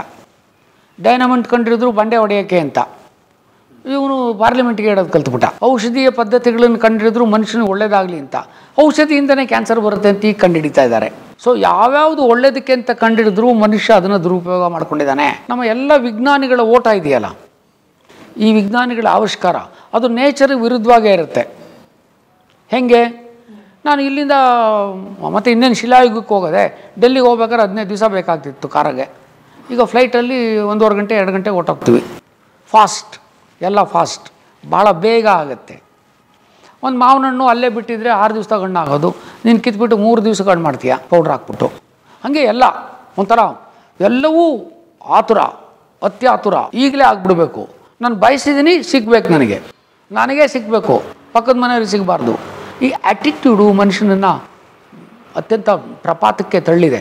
ಸೊ ಇಂಥ ಸಂದರ್ಭದಲ್ಲಿ ನನ್ನಂಥ ಒಬ್ಬ ಹಳ್ಳಿ ಮುಖನಿಗೆ ಬೇರೆ ಇನ್ನೇನು ದಾರಿ ಇಲ್ಲದೆ ಇದ್ದಾಗ ಪುಸ್ತಕಗಳು ನಮ್ಮ ಕಾಲದಲ್ಲಿ, I am talking about 1960 to 70, ಆಗ ಪುಸ್ತಕಗಳು ನಮ್ಮನ್ನು ಬಹಳ ಬದಲಾಯಿಸಿದ್ವು. ಪುಸ್ತಕ ನಮಗಿನ್ನೇನು ಇರಲಿಲ್ಲ. ನಾನು SLC ಫೇಲ್ ಆದಾಗ ಒಂದು ವರ್ಷದಲ್ಲಿ SL ಭೈರಪ್ಪನ 12 ಕಾದಂಬರಿನ ಓದ್ಬಿಟ್ಟಿದ್ದೆ. ಮನೇಲಿ ಕುಂತಾಗ, ಮನೆಯಲ್ಲಿದ್ದಾಗ ಅಂದರೆ ಊರಲ್ಲಿರುವಾಗ, ಮನೆಯಲ್ಲಿ ಕೂರಕ್ಕಿಲ್ಲ, ನಮ್ಮಪ್ಪ ಹೇಳ್ಬಿಡೋರು, ಗದ್ದಿಗೆ ಕಳಿಸೋರು. ಹಿಂಗೆಲ್ಲ ಕೂತ್ಕೊಂಡೆಲ್ಲ ಇಷ್ಟು ಮಾತಾಡ್ರಿ, ನೀನು ಬೇರೆ ಕೆಲಸ ಇಲ್ವೇನೋ, ಅಲ್ಲಿ ಯಾವನೋ ಕ್ಯಾಮ್ರಾ ಸಿಕ್ಕಿದೆ ಮಾತಾಡ್ತಾ ಇದ್ದಾನೆ, ಅವನು ಕರೀಲಿ ಅಂತಾರೆ. ನಮ್ಮಪ್ಪ ಇಲ್ಲ, ಅದಕ್ಕೆ ಮಾತಾಡ್ತಾ ಇದ್ದೀನಿ. ಈಗ ಅವ್ರು ಸತ್ತು 12 ವರ್ಷ ಆಯಿತು, ಅವರೆಲ್ಲಿ ಮಾಡೋಕ್ಕೆ ಬಿಡೋರು ಅದನ್ನು. ಅಂಥ ಸಂದರ್ಭದಲ್ಲಿ ಅವು ಜೀವನದ ಒಂದು ಪಾತ್ರನ ಹೆಂಗೆ ಕ್ರಿಯೇಟ್ ಮಾಡ್ತಾರೆ, ಹೆಂಗೆ. ನನಗೆ ಬುದ್ಧಿ ಬಂದ ಮೇಲೆ ನಾನು ಅವ್ರ ಪುಸ್ತಕಗಳನ್ನ ಓದಿಲ್ಲ, ಅದು ಹೇಳ್ಬಿಡ್ತೀನಿ. ಅಂದರೆ ನಿಮಗೆ ಬುದ್ಧಿ ಬರೋಕ್ಕೆ ಮುಂಚೆ ಮಾತ್ರ ಓದಿದ್ರಾ ಅಂತ, ಈಗ ಬುದ್ಧಿ ಬಂತು ಅಥವಾ ಅಂದ್ಕೊಂಡಿದ್ದೀರಾ, ಬುದ್ಧಿ ಬಂದ ಮೇಲೆ ಓದಲ್ಲ, ಅದೆಲ್ಲ ನಂಗೆ ಗೊತ್ತಿಲ್ಲ. ನನಗೆ ಬುದ್ಧಿ ಬಂದಿದೆ ಅಂತ ನಾನು ಅಂದ್ಕೊಂಡ ಮೇಲೆ ಅವ್ರದ್ದು ಓದೋಕ್ಕಾಗಿಲ್ಲ ನನಗೆ. ಈಗ ನಾನು ಸಾಮಾನ್ಯವಾಗಿ ಭಾಳಷ್ಟು ಪುಸ್ತಕಗಳನ್ನ 2 ಪೇಜ್ ಓದಿದ ಮೇಲೆ ಕೊನೆ ಪೇಜೇ ಓದೋದು. ಯಾಕೆ? ಗೊತ್ತಾಗುತ್ತೆ ಏನು ಬರೆದಿದ್ದಾರೆ ಅಂತ. ನಾನು ಒಬ್ಬ ಕರ್ತೃ ಆಗಿರೋದ್ರಿಂದ ನನಗೂ ಎಲ್ಲೆಲ್ಲಿ ಏನೇನು ಬಿಡಬೇಕು, ಎಲ್ಲಿ ಬಾಲ್ ಸ್ಪಿನ್ ಮಾಡಬೇಕು, ಎಲ್ಲಿ ತಿರುಗಿಸ್ಬೇಕು, ಎಲ್ಲಿ ಹಾಕಬೇಕು ಅಂತ, ಬೌಲಿಂಗ್ ಮಾಡಬೇಕು, ಎಲ್ಲಿ ಮಾಡಬೇಕು, ಯಾವಾಗ ವಿಕೆಟ್ ಬೀಳ್ತವೆ ಎಲ್ಲ ಗೊತ್ತಾಗುತ್ತೆ ನನಗೂ. ಸೊ ನನಗೆ ಬಹಳ ಇಂಪ್ರೆಸ್ ಮಾಡಿದ ಪುಸ್ತಕಗಳು ಆ ಕಾಲದಲ್ಲಿ ಕನ್ನಡದಲ್ಲಿ SL ಭೈರಪ್ಪನ ಪುಸ್ತಕಗಳು. ಶಿವರಾಮ್ ಕಾರಂತರದ್ದು ಓದಿದ್ದೀನಿ, ಕುವೆಂಪುದು ಓದಿದ್ದೀನಿ, ಅವ್ರದ್ದು ಕುಡಿಯೋರ್ ಕೂಸು, ಕೆಲವು ಅವ್ರದ್ದೆಲ್ಲ ಅವರು ಕಥೆನ ಕಟ್ಟಿಕೊಡ್ತಾ ಇದ್ದ ರೀತಿ. ಅದರಲ್ಲೂ SL ಭೈರಪ್ಪವರು ಅವ್ರದ್ದು ಕಣ್ಣಿಗೆ ಕಟ್ಟೋ ಗುರವಂಗ ಅಂತ ಒಂದು ಬರೆದಿದ್ರು. ಅದು ನಮ್ಮೂರ ಕಡೆ, ನಾನು ಬೆಳವಾಡಿ, ತಿಪ್ಟೂರು ಅರಸೀಕೆರೆ ಕಡೆದು ಕಲಕ್ಕೆಲ್ಲ ಏನಿಲ್ಲ ನಿನ್ನವನ್ನ ಎಲ್ಲೋದೆ, ಆ ಥರ ಟಿಪಿಕಲ್ ನಮ್ಮೂರು ಭಾಷೆ. ಅವನಂತೂ ಆ ಹೀರೋಯಿನ್ ಒಂದು ಬೈತಾಳೆ ಅಯ್ಯಪ್ಪ ಅದೆಲ್ಲಿ ಕಲ್ತಿದ್ರು. ಅಷ್ಟು ನಂದೇ ಆದ ಇದು. ಆ ಗುರುವಂಗದಲ್ಲಿ ಹಳ್ಳಿನಲ್ಲಿ ನಡೆಯೋ ರಾಜಕೀಯ, ಯಾರ್ಯಾರು ಹೆಂಗೆ ಬಿಹೇವ್ ಮಾಡ್ತಾರೆ, ನಾವು ಹೆಂಗಿರಬೇಕು, ಸೊ ಅದೆಲ್ಲವೂ ನನ್ನನ್ನು ಒಂಥರ ಕಟ್ತಂಗೆ ದೂರ ಸರಿದ್ರು ಅಂತ ಒಂದು ಅವ್ರದ್ದು ಓದ್ದೆ.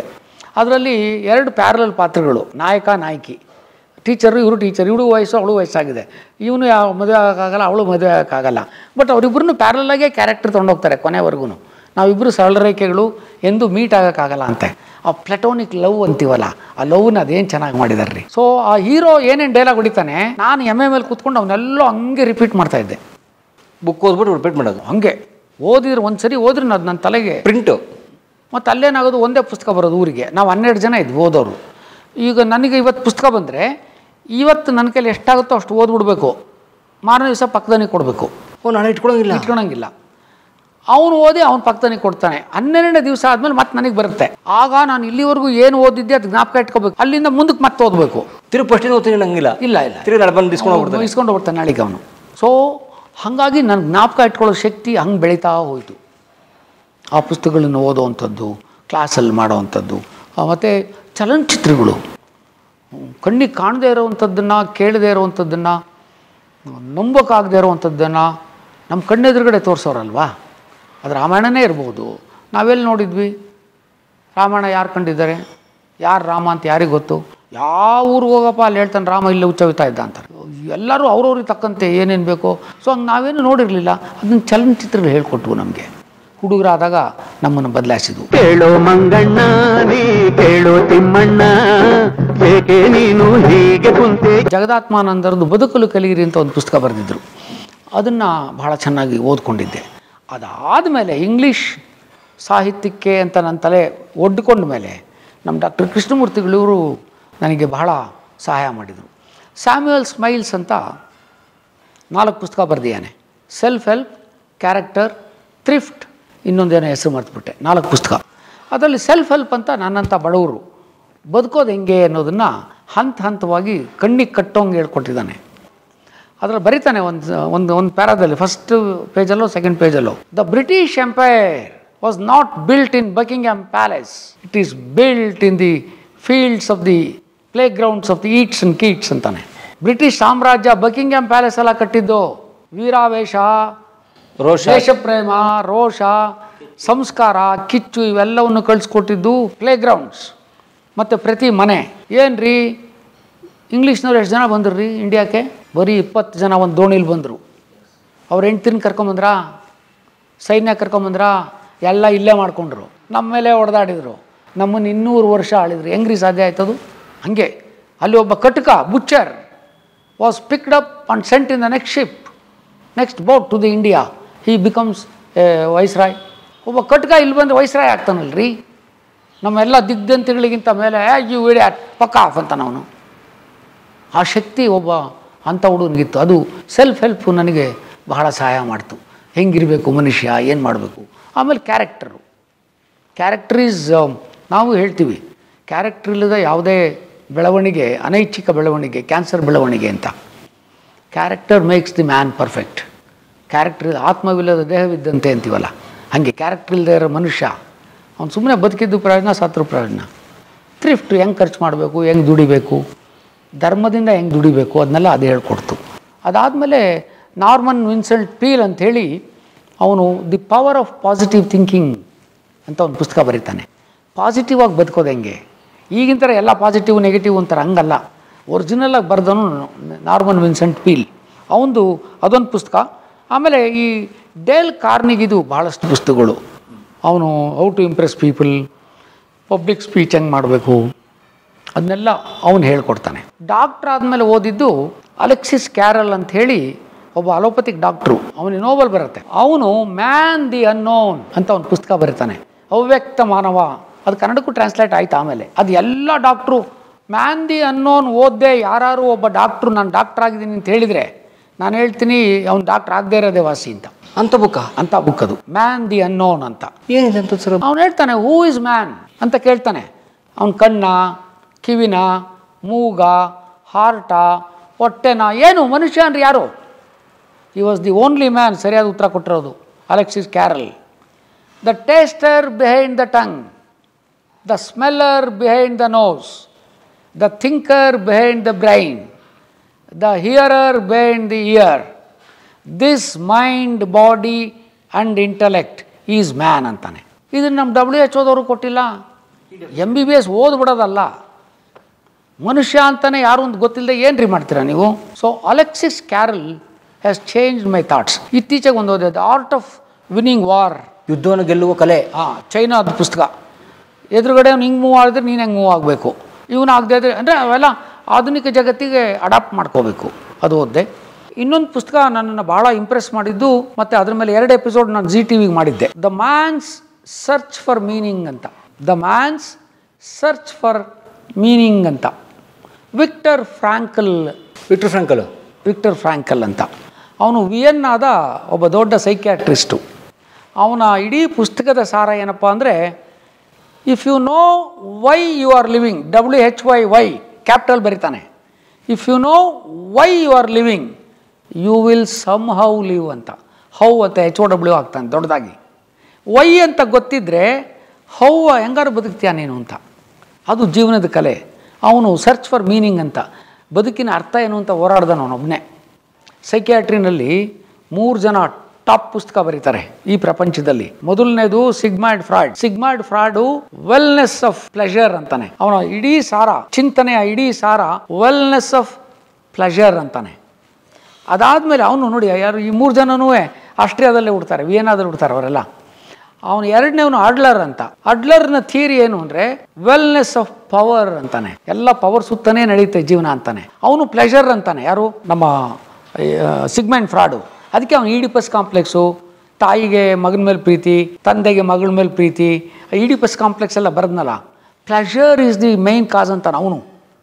ಅಡ್ಲರ್ ಹಿಂಗೆ ಹೇಳ್ತಾನೆ. ಇವನು ವಿಕ್ಟರ್ ಫ್ರಾಂಕಲ್ಲು ಅಲ್ಲೇ ಹುಟ್ಟು ಬೆಳೆದವನು. ಇವನು ಹೇಳ್ತಾನೆ ಸರ್ಚ್ ಫಾರ್ ಮೀನಿಂಗ್ ಅಂತ. ಜೀವನದ ಅರ್ಥವನ್ನು ಹುಡುಕೋದೇ ಜೀವನ ಅಂತ. ಅವ್ನಿಗೆ ಯಾರೋ ಕೇಳ್ತಾರೆ, ನಿನ್ನ ಜೀವನದ ಅರ್ಥ ಏನು ಅಂತ ಕೇಳ್ತಾರೆ ವಿಕ್ಟರ್ ಫ್ರಾಂಕಲ್ನ.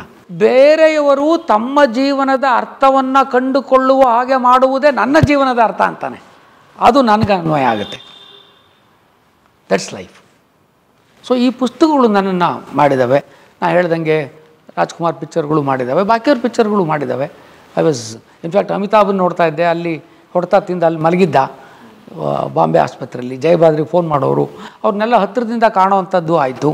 ಮತ್ತು ಎಷ್ಟು ಸತ್ಯ ಎಷ್ಟು ಮಿಥ್ಯ ಅನ್ನೋದು ಗೊತ್ತಾಯಿತು. ತೆರೆ ಮೇಲೆ ಇದ್ದಂಗೆ ಹೊರಗಡೆ ಇರಲ್ಲ ಅನ್ನೋದು ಗೊತ್ತಾಯಿತು. ಅದು ಒಂದು ಕೇವಲ ಒಂದು ಭ್ರಮಾಲೋಕ ಅನ್ನೋದು ಗೊತ್ತಾಯಿತು. ಬಟ್ ನನಗವತ್ತು ಅದೇ ನಿಜವಾದ ಸತ್ಯ ಮತ್ತು ಸುಳ್ಳು ಅಂತಿಮ ಇದು ಅದು ಗೊತ್ತಾಯಿತು. ನೀಚೆ ಎಲ್ಲ ಒಂದು ಕಡೆ ಹೇಳ್ತಾನೆ, ಮಾನವ 2 ಅಸಾಧ್ಯಗಳ ನಡುವೆ ತೂಗುವ ಆಗಿದ್ದಾನೆ. Man is an hanging bridge between 2 impossibilities. 2 ಅಸಾಧ್ಯಗಳ ನಡುವೆ ತೂಗುವ ಆಗಿದ್ದಾನೆ. ಮೊದಲನೆಯದು ಅಸಾಧ್ಯವನ್ನು ಸಾಧ್ಯವನ್ನಾಗಿಸುವ ಛಲ, to make impossible into possible. Second, to become perfectionist, ಪರಿಪೂರ್ಣನಾಗುವ ಹಂಬಲ. ಇದೆರಡೂ ಮನುಷ್ಯನ ಕೈಲಿ ಮಾಡೋಕ್ಕೆ ಆಗಲ್ಲ. ಮತ್ತು ಹಂಗಾರು ಮಾಡೋದನ್ನೇ ಬಿಡಬಾರ್ದ? ಮಾಡ್ತಾಯಿರಿ, ಜೀವನ ನಡೀತಾ ಇರೋದೇ ದಾರಿ, ನಡೀತಾಯಿರಿ. ಯಾವಾಗ ಕರಿತಾನ ಅವಾಗ ಹೋಗೋಣ.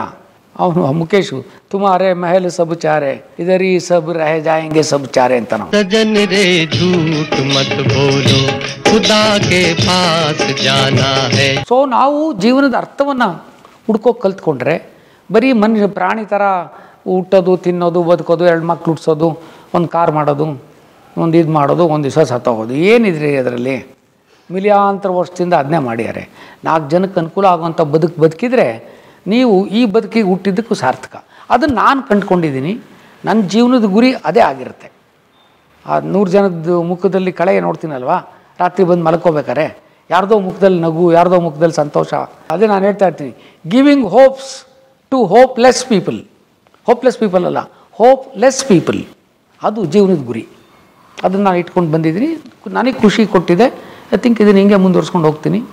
ಇದರ ನಡುವೆ ನನ್ನ ಜನತೆನೂ ಮೆಚ್ಕೊಂಡಿದ್ದಾರೆ. ಮಿಕ್ಕ ನಾನು ಎಷ್ಟೋ 100 ಜನ ಸಿಗದೇ ಇರುವಂಥ ಅಕ್ಲೌಡ್ಸ್ ಅಂತೇನು ಹೇಳ್ತೀವಿ, ಪುರಸ್ಕಾರಗಳು ಬಂದರೆ, ಪ್ರಶಸ್ತಿಗಳು ಬಂದರೆ ಪ್ರಶಸ್ತಿನ ಪಡ್ಕೋಬೇಕು, ಹೊಡ್ಕೊಳೋದಲ್ಲ. ನನ್ನ ದೃಷ್ಟಿನಲ್ಲಿ ದೇವರಾಣೆ, ಅದು ದೇವ್ರು ನನಗೆ ಅದಕ್ಕೆ ಎಲ್ರಿಗೂ ಕೊಡ್ತಾನೋ ಇಲ್ವೋ. ದಿವಸ ಬೆಳಗ್ಗೆಯಿಂದ ಸಾಯಂಕಾಲ ತನಕ ಗಾರೆ ಮಣ್ಣು ಹೊರ್ತಾನೆ, ಇಡೀ ಜೀವನ ಹೊರ್ತಾನೆ. ಪಾಪ ಅವನಿಗೂ ಯಾರು, ಅವನದು ಜೀವನನೇ. ಆದರೆ ನನ್ನಂಥವ್ರಿಗೆ ನಾನು ಮಾಡಿರೋದಕ್ಕೆ ಪ್ರತಿಫಲ ಕೊಟ್ಟಿದ್ದಾನೆ. 96ರಲ್ಲೇ ರಾಜ್ಯೋತ್ಸವ ಬಂತು. 13ನೇ ಇಸ್ವಿನಲ್ಲಿ ನನಗೆ ಆನರರಿ ಡಾಕ್ಟರೇಟ್ ಕೊಟ್ಟರು ಕುವೆಂಪು ಯೂನಿವರ್ಸಿಟಿಯವರು. 17ಕ್ಕೆ ಅವರ 25th ಸಿಲ್ವರ್ ಜೂಬ್ಲಿಗೆ ಹಂಪಿ ಯೂನಿವರ್ಸಿಟಿಯವರು ನಾಡೋಜ ಕೊಟ್ಟರು. ಕನ್ನಡ ಪುಸ್ತಕ ಪ್ರಾಧಿಕಾರದವರು ಡಾಕ್ಟರ್ ಅನುಪಮ ನಿರಂಜನ್ ಪ್ರಶಸ್ತಿ ಕೊಟ್ಟರು. ನಮ್ಮ ರಾಜೀವ್ ಗಾಂಧಿ ಯೂನಿವರ್ಸಿಟಿಯವರು ಬೆಸ್ಟ್ ಶಿಕ್ಷಕ ಅವಾರ್ಡ್ ಕೊಟ್ಟರು. The best teacher life time achievement award ಕೊಟ್ಟರು. ಹೀಗೇ ನನಗೆ ಸಿಕ್ಕಿರೋವಂಥ ಇದ್ದಿದೆಯಲ್ಲ, ನಾವು I am elected president, nominate ಆಗಿದ್ದೀನಿ, ಇಡೀ ಪ್ರಪಂಚ ನೋಡಿದ್ದೀನಿ, ಎಲ್ಲೋ ಒಂದು ಹಳ್ಳಿನಲ್ಲಿ ಬೀಡಿ ಸೇರ್ಕೊಂಡು ಬಿದ್ದಿರಬೇಕಾದ ಹುಡುಗ ಇವತ್ತು ಇದನ್ನೆಲ್ಲ ನೋಡೋ ಅಂಥದ್ದು ಆಯ್ತಲ್ಲ. I am certainly thankful to God. ಇದೆಲ್ಲವೂ ಕೂಡ ನಮ್ಮ ವೀಕ್ಷಕರು ಯಾರಿದ್ದಾರೆ, ಏನೋ ನಾನು ದೊಡ್ಡ ಮಹಾ ಸಂತನ ಥರ ಇಲ್ಲಿ ಕೂತ್ಕೊಂಡು ಭಾಷಣ ಬಿಡೋಕ್ಕೆ ಕೂತಿರಲಿಲ್ಲ. ಯಾರಿಗಾದ್ರೂ ಹೌದು ಇವ್ನು ಮಾಡೋದಾದ್ರೆ ನಾನ್ಯಾಕಾಗಲ್ಲ ಅನ್ನೋ ಕಿಚ್ಚನ್ನು ಎಬ್ಬಿಸ್ಬಿಟ್ರೆ ಅಷ್ಟು ಸಾಕು. ಯಾವನಿಗೋ ಕಿಲ ಆಗಿಬಿಟ್ರೆ ಒಳಗಡೆ ಹೌದು ಇಂಥವ್ನು ಮಾಡ್ತಾನ, have much better things to do ಅಂತ, ಅದನ್ನು ಆಗಿಬಿಟ್ರೆ ಅದಾಗುತ್ತೆ ಅಂತ ಅಂದ್ಕೊಳ್ತೀನಿ. ಹೋಮಿಯೋಪತಿನಲ್ಲಿ ಒಂದು ಕಾಯಿಲೆಗೆ ಒಂದು ಔಷಧಿ ಕೊಡೋನು ಡಾಕ್ಟ್ರಲ್ಲ, ಅವನು ಪೆಡರ್ ಆಫ್ ಮೆಡಿಸಿನ್ ಅಂತ ಹೇಳಿದ್ವಿ. ವೈದ್ಯನಿಗೆ ಅನೇಕ ಗುಣಗಳು ಇರಬೇಕಾಗಿರುತ್ತೆ. ನಾವು ಅದನ್ನು ಹೋಮಿಯೋಪತಿಲಿ ನಮ್ಮ ಕ್ಲಾಸ್ಗಳಲ್ಲೆಲ್ಲ ಹೇಳ್ಕೊಡ್ತೀವಿ. ಕೇವಲ ಒಂದು ಔಷಧಿ ಕೊಡೋನು ಮಾತ್ರ ಅಲ್ಲ ಅಂತ.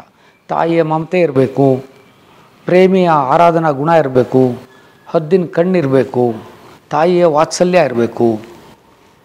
ಎಲ್ಲದಕ್ಕಿಂತ ಹೆಚ್ಚಾಗಿ ನನ್ನ ಹತ್ರ ಬಂದಿರೋವನಿಗೆ ಏನಾದರೂ ಒಂದು ಆರ್ತನಿಗೆ ಅಯ್ಯೋ ಅನ್ನೋ ಗುಣ ಇರಬೇಕು ಅಂತ.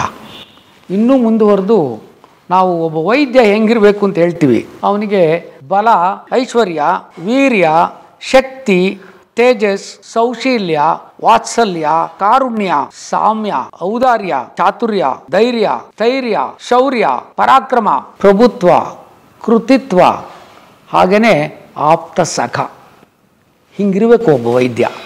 ಕೇವಲ ಹಣ ಮಾಡೋದಷ್ಟೇ ಇಂದಿನ ವ್ಯಾಪಾರೀಕರಣಗೊಂಡಿರೋ ಇದರಲ್ಲಿ ನಮ್ಮ ಹೋಮಿಯೋಪತಿ ಡಾಕ್ಟ್ರುಗಳು ಹಂಗೆ ಮಾಡಬೇಡಿ ಅಂತ ನನ್ನ ಮನವಿ. ಕೇವಲ ಹಣಕ್ಕೋಸ್ಕರನೇ ಮಾಡೋದರಲ್ಲಿ ಅರ್ಥ ಇಲ್ಲ ಅನ್ನೋದು ನಿಮಗೆಲ್ಲ ಲೇಟಾಗಿ ಗೊತ್ತಾಗ್ಬೋದು. ಬಟ್ ಅಟ್ಲೀಸ್ಟ್ ನಮ್ಮವರು ಹಂಗೆ ಮಾಡಲಿ ಅನ್ನೋವಂಥದ್ದು ನನ್ನ ಕಳಕಳಿಯ ಮನವಿ. ಆರೋಗ್ಯ ಇತ್ತೀಚೆಗೆ ಸಂಪೂರ್ಣವಾಗಿ ವಾಣಿಜ್ಯೀಕರಣ ಆಗ್ತಾ ಇದೆ. ತಪ್ಪಿಸೋಕೆ ನಾವೆಲ್ಲರೂ ಎಷ್ಟೆಷ್ಟು ಸಹಾಯ ಮಾಡೋಕ್ಕಾಗುತ್ತೋ ಅಷ್ಟಷ್ಟು ಸಹಾಯವನ್ನು ನಾವೆಲ್ಲರೂ ಮಾಡಲೇಬೇಕಾಗತ್ತೆ. ಮಾಡೋಣ, ಅಬ್ಸಲ್ಯೂಟ್ಲಿ ಮಾಡೋಣ. ಲಂಡನ್ ಟೈಮ್ಸ್ ಪತ್ರಿಕೆ ಒಂದು ಪ್ರಶ್ನೆ ಕೇಳುತ್ತೆ ಓದುಗರಿಗೆ, ಈ ಪ್ರಪಂಚದ ಅತ್ಯಂತ ಸಂತೋಷಿ ವ್ಯಕ್ತಿ ಯಾರು? ಮಲ್ಯನ, ಚೋಕ್ಸಿನ, ಮೋದಿನ, ಯಾರು? ಹೂ ಇಸ್ ದಿ ಸಿದ್ದರಾಮಯ್ಯರ, ಯಡಿಯೂರಪ್ಪರ, ಯಾರು? ಈ ಪ್ರಪಂಚದ ಅತ್ಯಂತ ಸಂತೋಷಿ ವ್ಯಕ್ತಿ ಯಾರು ಅಂತ ಒಂದು ಪ್ರಶ್ನೆ ಕೇಳುತ್ತೆ. ಸಾವಿರಾರು ಉತ್ತರಗಳು ರೀಡರ್ಸಿಂದ ಬರುತ್ತೆ. ಜ್ಯೂರಿಗಳು ಕೊನೆಗೆ ಈ 4 ಜನ ಈ ಪ್ರಪಂಚದ ಅತ್ಯಂತ ಸಂತೋಷಿ ವ್ಯಕ್ತಿಗಳು ಅಂತ ಡಿಕ್ಲೇರ್ ಮಾಡ್ತಾರೆ. ಯಾರ್ಯಾರವರು? ನಂಬರ್ 1, ಒಬ್ಬ ಕಲಾವಿದ ಒಂದು ಕಲಾಕೃತಿಯನ್ನು ರಚಿಸಿ ಎಲ್ಲ ಮುಗಿದ ಮೇಲೆ ದೂರದಲ್ಲಿಟ್ಟು ಒಂದು ವಿಷಲ್ ಆಗ್ತಾನಂತೆ, ಅವನು ಸಂತೋಷಿ ವ್ಯಕ್ತಿ. 2ನೇದು, ತನ್ನ ಮಗುವಿಗೆ ಸ್ನಾನ ಮಾಡಿಸುತ್ತಿರುವ ತಾಯಿ. ತನ್ನ ಮಗು ಎಡೆ ತೊಡೆ ಮೇಲೆ ಹಾಕ್ಕೊಂಡು ನೀವಿ ತಿದ್ದಿ ತೀಡಿ ಮಗ IAS ಆಗೇ ಬಿಟ್ಟ, IPS ಆಗೇ ಬಿಟ್ಟ, ಅದೇನಿರ್ತ್ರಿ ಮುಖ, ಅವಳು ಈ ಪ್ರಪಂಚದ ಅತ್ಯಂತ ಸಂತೋಷಿ ವ್ಯಕ್ತಿ.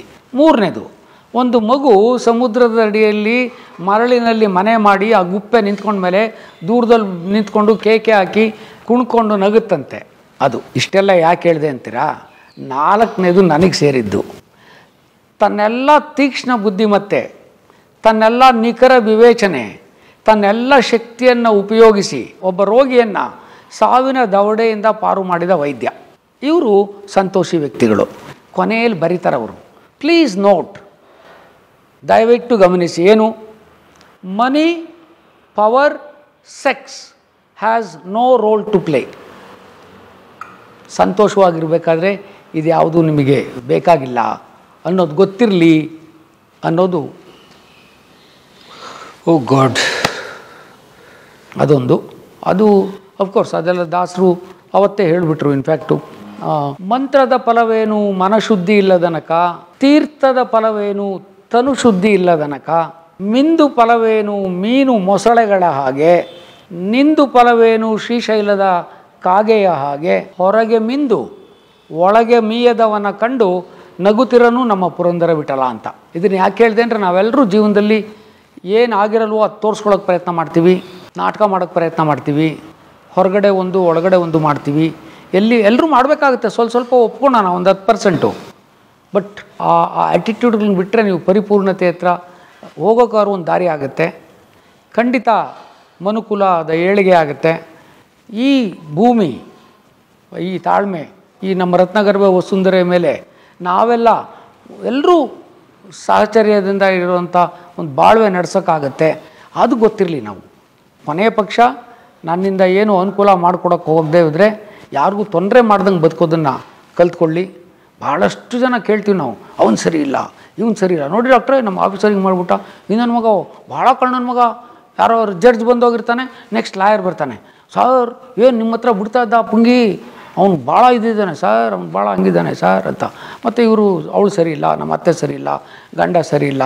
ನೋಡ್ರಿ, ಈ ಯಾರೂ ಸರಿ ಇಲ್ಲ ಸರಿ ಇಲ್ಲ ಸರಿ ಇಲ್ಲ ಅಂತ ಹೇಳ್ತಾರಲ್ಲ, ಅವ್ರನ್ನ ಕೇಳಿದರೆ ಅವ್ರು ನೀವು ಸರಿ ಇಲ್ಲ ಅಂತ ಹೇಳ್ತಾರೆ.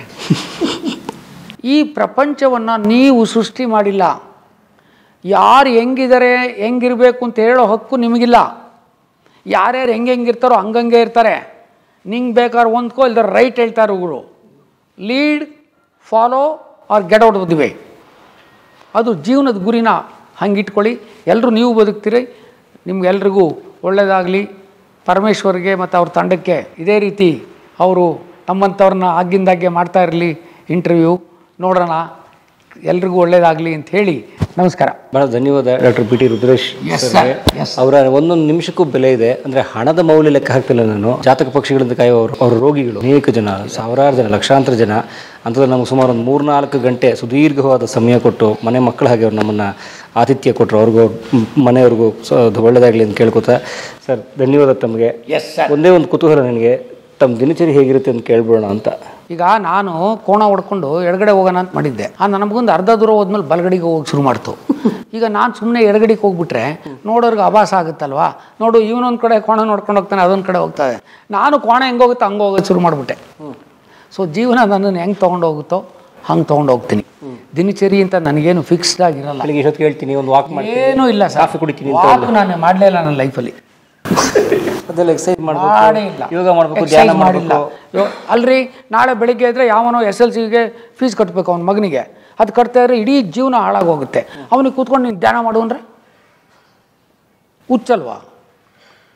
ಸೊ ಹೇಳೋದು ಸುಲಭ, ಕೂತ್ಕೊಂಡು ಎಲ್ಲರೂ ಧ್ಯಾನ ಮಾಡಿದ್ಬಿಟ್ರೆ ಪ್ರಪಂಚ ಸರಿಯಾಗಿಬಿಟ್ಟಿದ್ದಿದ್ರೆ ಇವತ್ತು ಹಿಂಗೆ ಆಗ್ತಾನೆ ಇರಲಿಲ್ಲ. ಧ್ಯಾನ ಮಾಡಿ ಆಗೋರೆಲ್ಲ ಮಾಡಿ ವಾಸ್ತವವನ್ನು ಅರ್ಥ ಮಾಡಿಕೊಂಡು ಮಾಡಬೇಕು ಅಂತ. ಈಗ ನಾನು ಹೇಳಿದ್ನಲ್ವಾ, ನನಗೆ ನಾನು ಅಂದ್ಕೊಂಡಂಗೆ ಜೀವನ ನಡೀದೇ ಹೋದ್ರೂ, ನಾನು ಅಂದ್ಕೊಂಡಂಗೆ ಕೋಣ ಹೋಗದೆ ಹೋದ್ರೂ, ಕೋಣ ಹೋದಂಗೆ ನಾನು ಹೋಗ್ತಾ ಇದ್ದೀನಿ, ನೋಡೋರಿಗೆ ನಾನೇ ಹೊಡ್ಕೊಂಡು ಹೋಗ್ತಾ ಇದ್ದೀನಿ ಅಂತ. ಎಷ್ಟೊತ್ತಿಗೆ ಆಗುತ್ತೋ ಅಷ್ಟೊತ್ತಿಗೆ ಹೇಳ್ತೀನಿ. ರಾತ್ರಿ 2 ಗಂಟೆ ಮಲಗಿರೆ ಬೆಳಿಗ್ಗೆ 8ಕ್ಕೆ ಹೇಳ್ತೀನಿ. ಲೇಟಾಗಿ ತಿಂಡಿ ಆಗುತ್ತೆ. ಒಂದು ಸರಿ ಮನೆ ಅಂತ ಬಿಟ್ಟರೆ 11 ಗಂಟೆಗೆ ಮತ್ತು ರಾತ್ರಿನೇ ವಾಪಸ್ ಸೇರೋದು. ಅದು ಕೋವಿಡ್ ಆದಮೇಲೆ. ಕೋವಿಡಿಗೆ ಮುಂಚೆ 18 ಅವರ್ಸ್ ಕೆಲಸ ಮಾಡಿದ್ದೀನಿ. ರಾತ್ರಿ 1 ಗಂಟೆಗೆ ಬಂದಿದ್ದೀನಿ ಮನೆಗೆ. ದಿವಸ 150-200 ಜನಕ್ಕೆ ಕಮ್ಮಿ ನೋಡಿಲ್ಲ. ಅದೆಲ್ಲ ಒಂಥರ ಹಿಸ್ಟ್ರಿ ಥರನೇ ಆಗೋಯ್ತು. ಈಗಲೂ ಇವತ್ತು ಐ ಆಮ್ 69, ಇವತ್ತಿಗೂ ನೋಡ್ತೀನಿ. ಇವತ್ತು 100 ಜನ, ಶನಿವಾರ ಸೋಮವಾರ ಅಂತೂ 150 ಮೇಲೆ ಆಗೋಗ್ತಾರೆ. ಇವತ್ತೀಗ ಅಲ್ಲಿ ಇದೆ ನನಗೆ, ಈಗ ಹೋಗ್ತಿದ್ದಂಗೆ ಲೇಟಾಗಿ ಹೋಗಿದ್ದರಿಂದ. ಸೊ ದಿನಚರಿ ಹಂಗಿರುತ್ತೆ. ಈಗ ನನ್ನ ಡಯಾಬಿಟೀಸ್ ಜಾಸ್ತಿ ಆದಮೇಲೆ ಈಗ ಮನೆಗೆ ಊಟಕ್ಕೆ ಬರ್ತೀನಿ. ಮತ್ತು ಎಲ್ಲಿಂದ್ರಲ್ಲಿ ಒಂದು ಇಡ್ಲಿ, ಎಲ್ಲಿಂದ್ರಲ್ಲಿ ಉಪ್ಪಿಟ್ಟು, ಅಲ್ಲೇ ತಿನ್ಕೊಂಡು ಒಂದು ಇಡೀ ದಿವಸ 2 ಉಪ್ಪಿಟ್ಟಲ್ಲಿದ್ದೀನಿ. ಏನೆಲ್ಲ ಇದೆ, ನಾನು ಶಾಂಗ್ರಿಲಾದಲ್ಲೋ ಅಥವಾ ಇಲ್ಲೆಲ್ಲೋ 5 ಸ್ಟಾರ್ ಹೋಟ್ಲಲ್ಲೋ ಕೂತ್ಕೊಂಡು ಊಟ ಮಾಡೋಷ್ಟಿದೆ. ಎಲ್ಲ ಆಗ್ತಾಯಿದೆ ಊಟ. ಅಲ್ಲೇ SLVಲಿ ಬ್ರಾಹ್ಮಣರ ಕಾಫಿ ಕ್ಲಬ್ ಬಗ್ಗೆ, ಇಲ್ಲಿ ತಾಜಾ ತಿಂಡಿಲಿ ಎಲ್ಲ ಒಂದೊಂದು ಉಪ್ಪಿಟ್ಟು, ಒಂದೊಂದು ಕಾಫಿ, ಕಲಾಸ್. ಸೊ ನನ್ನ ದಿವಸದ ಖರ್ಚು 50 ರೂಪಾಯಿ. ಅದ್ರ ಮೇಲೆ ಹೋಗೋದೇ ಇಲ್ಲ. ಮನೆಗೆ ಬಂದರೆ ಇವಳು ಮುದ್ದೆ ಮಾಡಾಕಿರ್ತಾಳೆ. ಸೊ ಊಟ ಮಾಡ್ತೀನಿ. ಮತ್ತು ನಾನು ನನ್ನ ಇದುವರೆಗೂ ಒಂದು 500 ಫಂಕ್ಷನ್ಸ್ ಆಗಿರ್ಬೋದು, ಅಥವಾ 500 ಪ್ರತಿ ಫಂಕ್ಷನ್ನಿಗೆ ಹೋಗೋಕ್ಕೆ ಮುಂಚೆ ನಾನು ನೋಟ್ಸ್ ಮಾಡ್ಕೊಳ್ತೀನಿ. ತಯಾರಾಗ್ತೀರಿ? ಯಾವುದೇ ನೋಟ್ಸ್ ಇಲ್ಲದೆ ನಾನು ಯಾವುದಕ್ಕೂ ಹೋಗಲ್ಲ.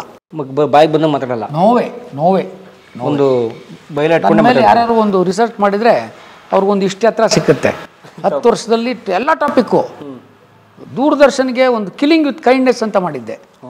ಹಂಗೂ ಮಾಡ್ಬೋದಾ ಅಂದರು ಯಾರೋ. ಯಾರ್ದೋ ಮನೆಗೆ ಹೋಗಿರ್ತೀರಾ, ನಿಮಗೆ ಕಾಫಿ ಕಂಡ್ರೆ ವಾಂತಿ.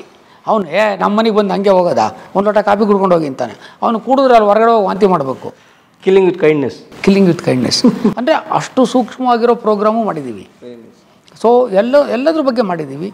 ಹ್ಯೂಮನ್ ಬಿಹೇವಿಯರ್ಸು, ಹ್ಯೂಮನ್ ಕಲ್ಚರು, ಅದೆಲ್ಲದ್ರ ಬಗ್ಗೆನೂ ಮಾಡಿದ್ದೀವಿ. 100 ಫಂಕ್ಷನ್ಸ್ಗಳಿಗೆ ಗೆಸ್ಟಾಗಿ ಹೋಗ್ತೀನಿ.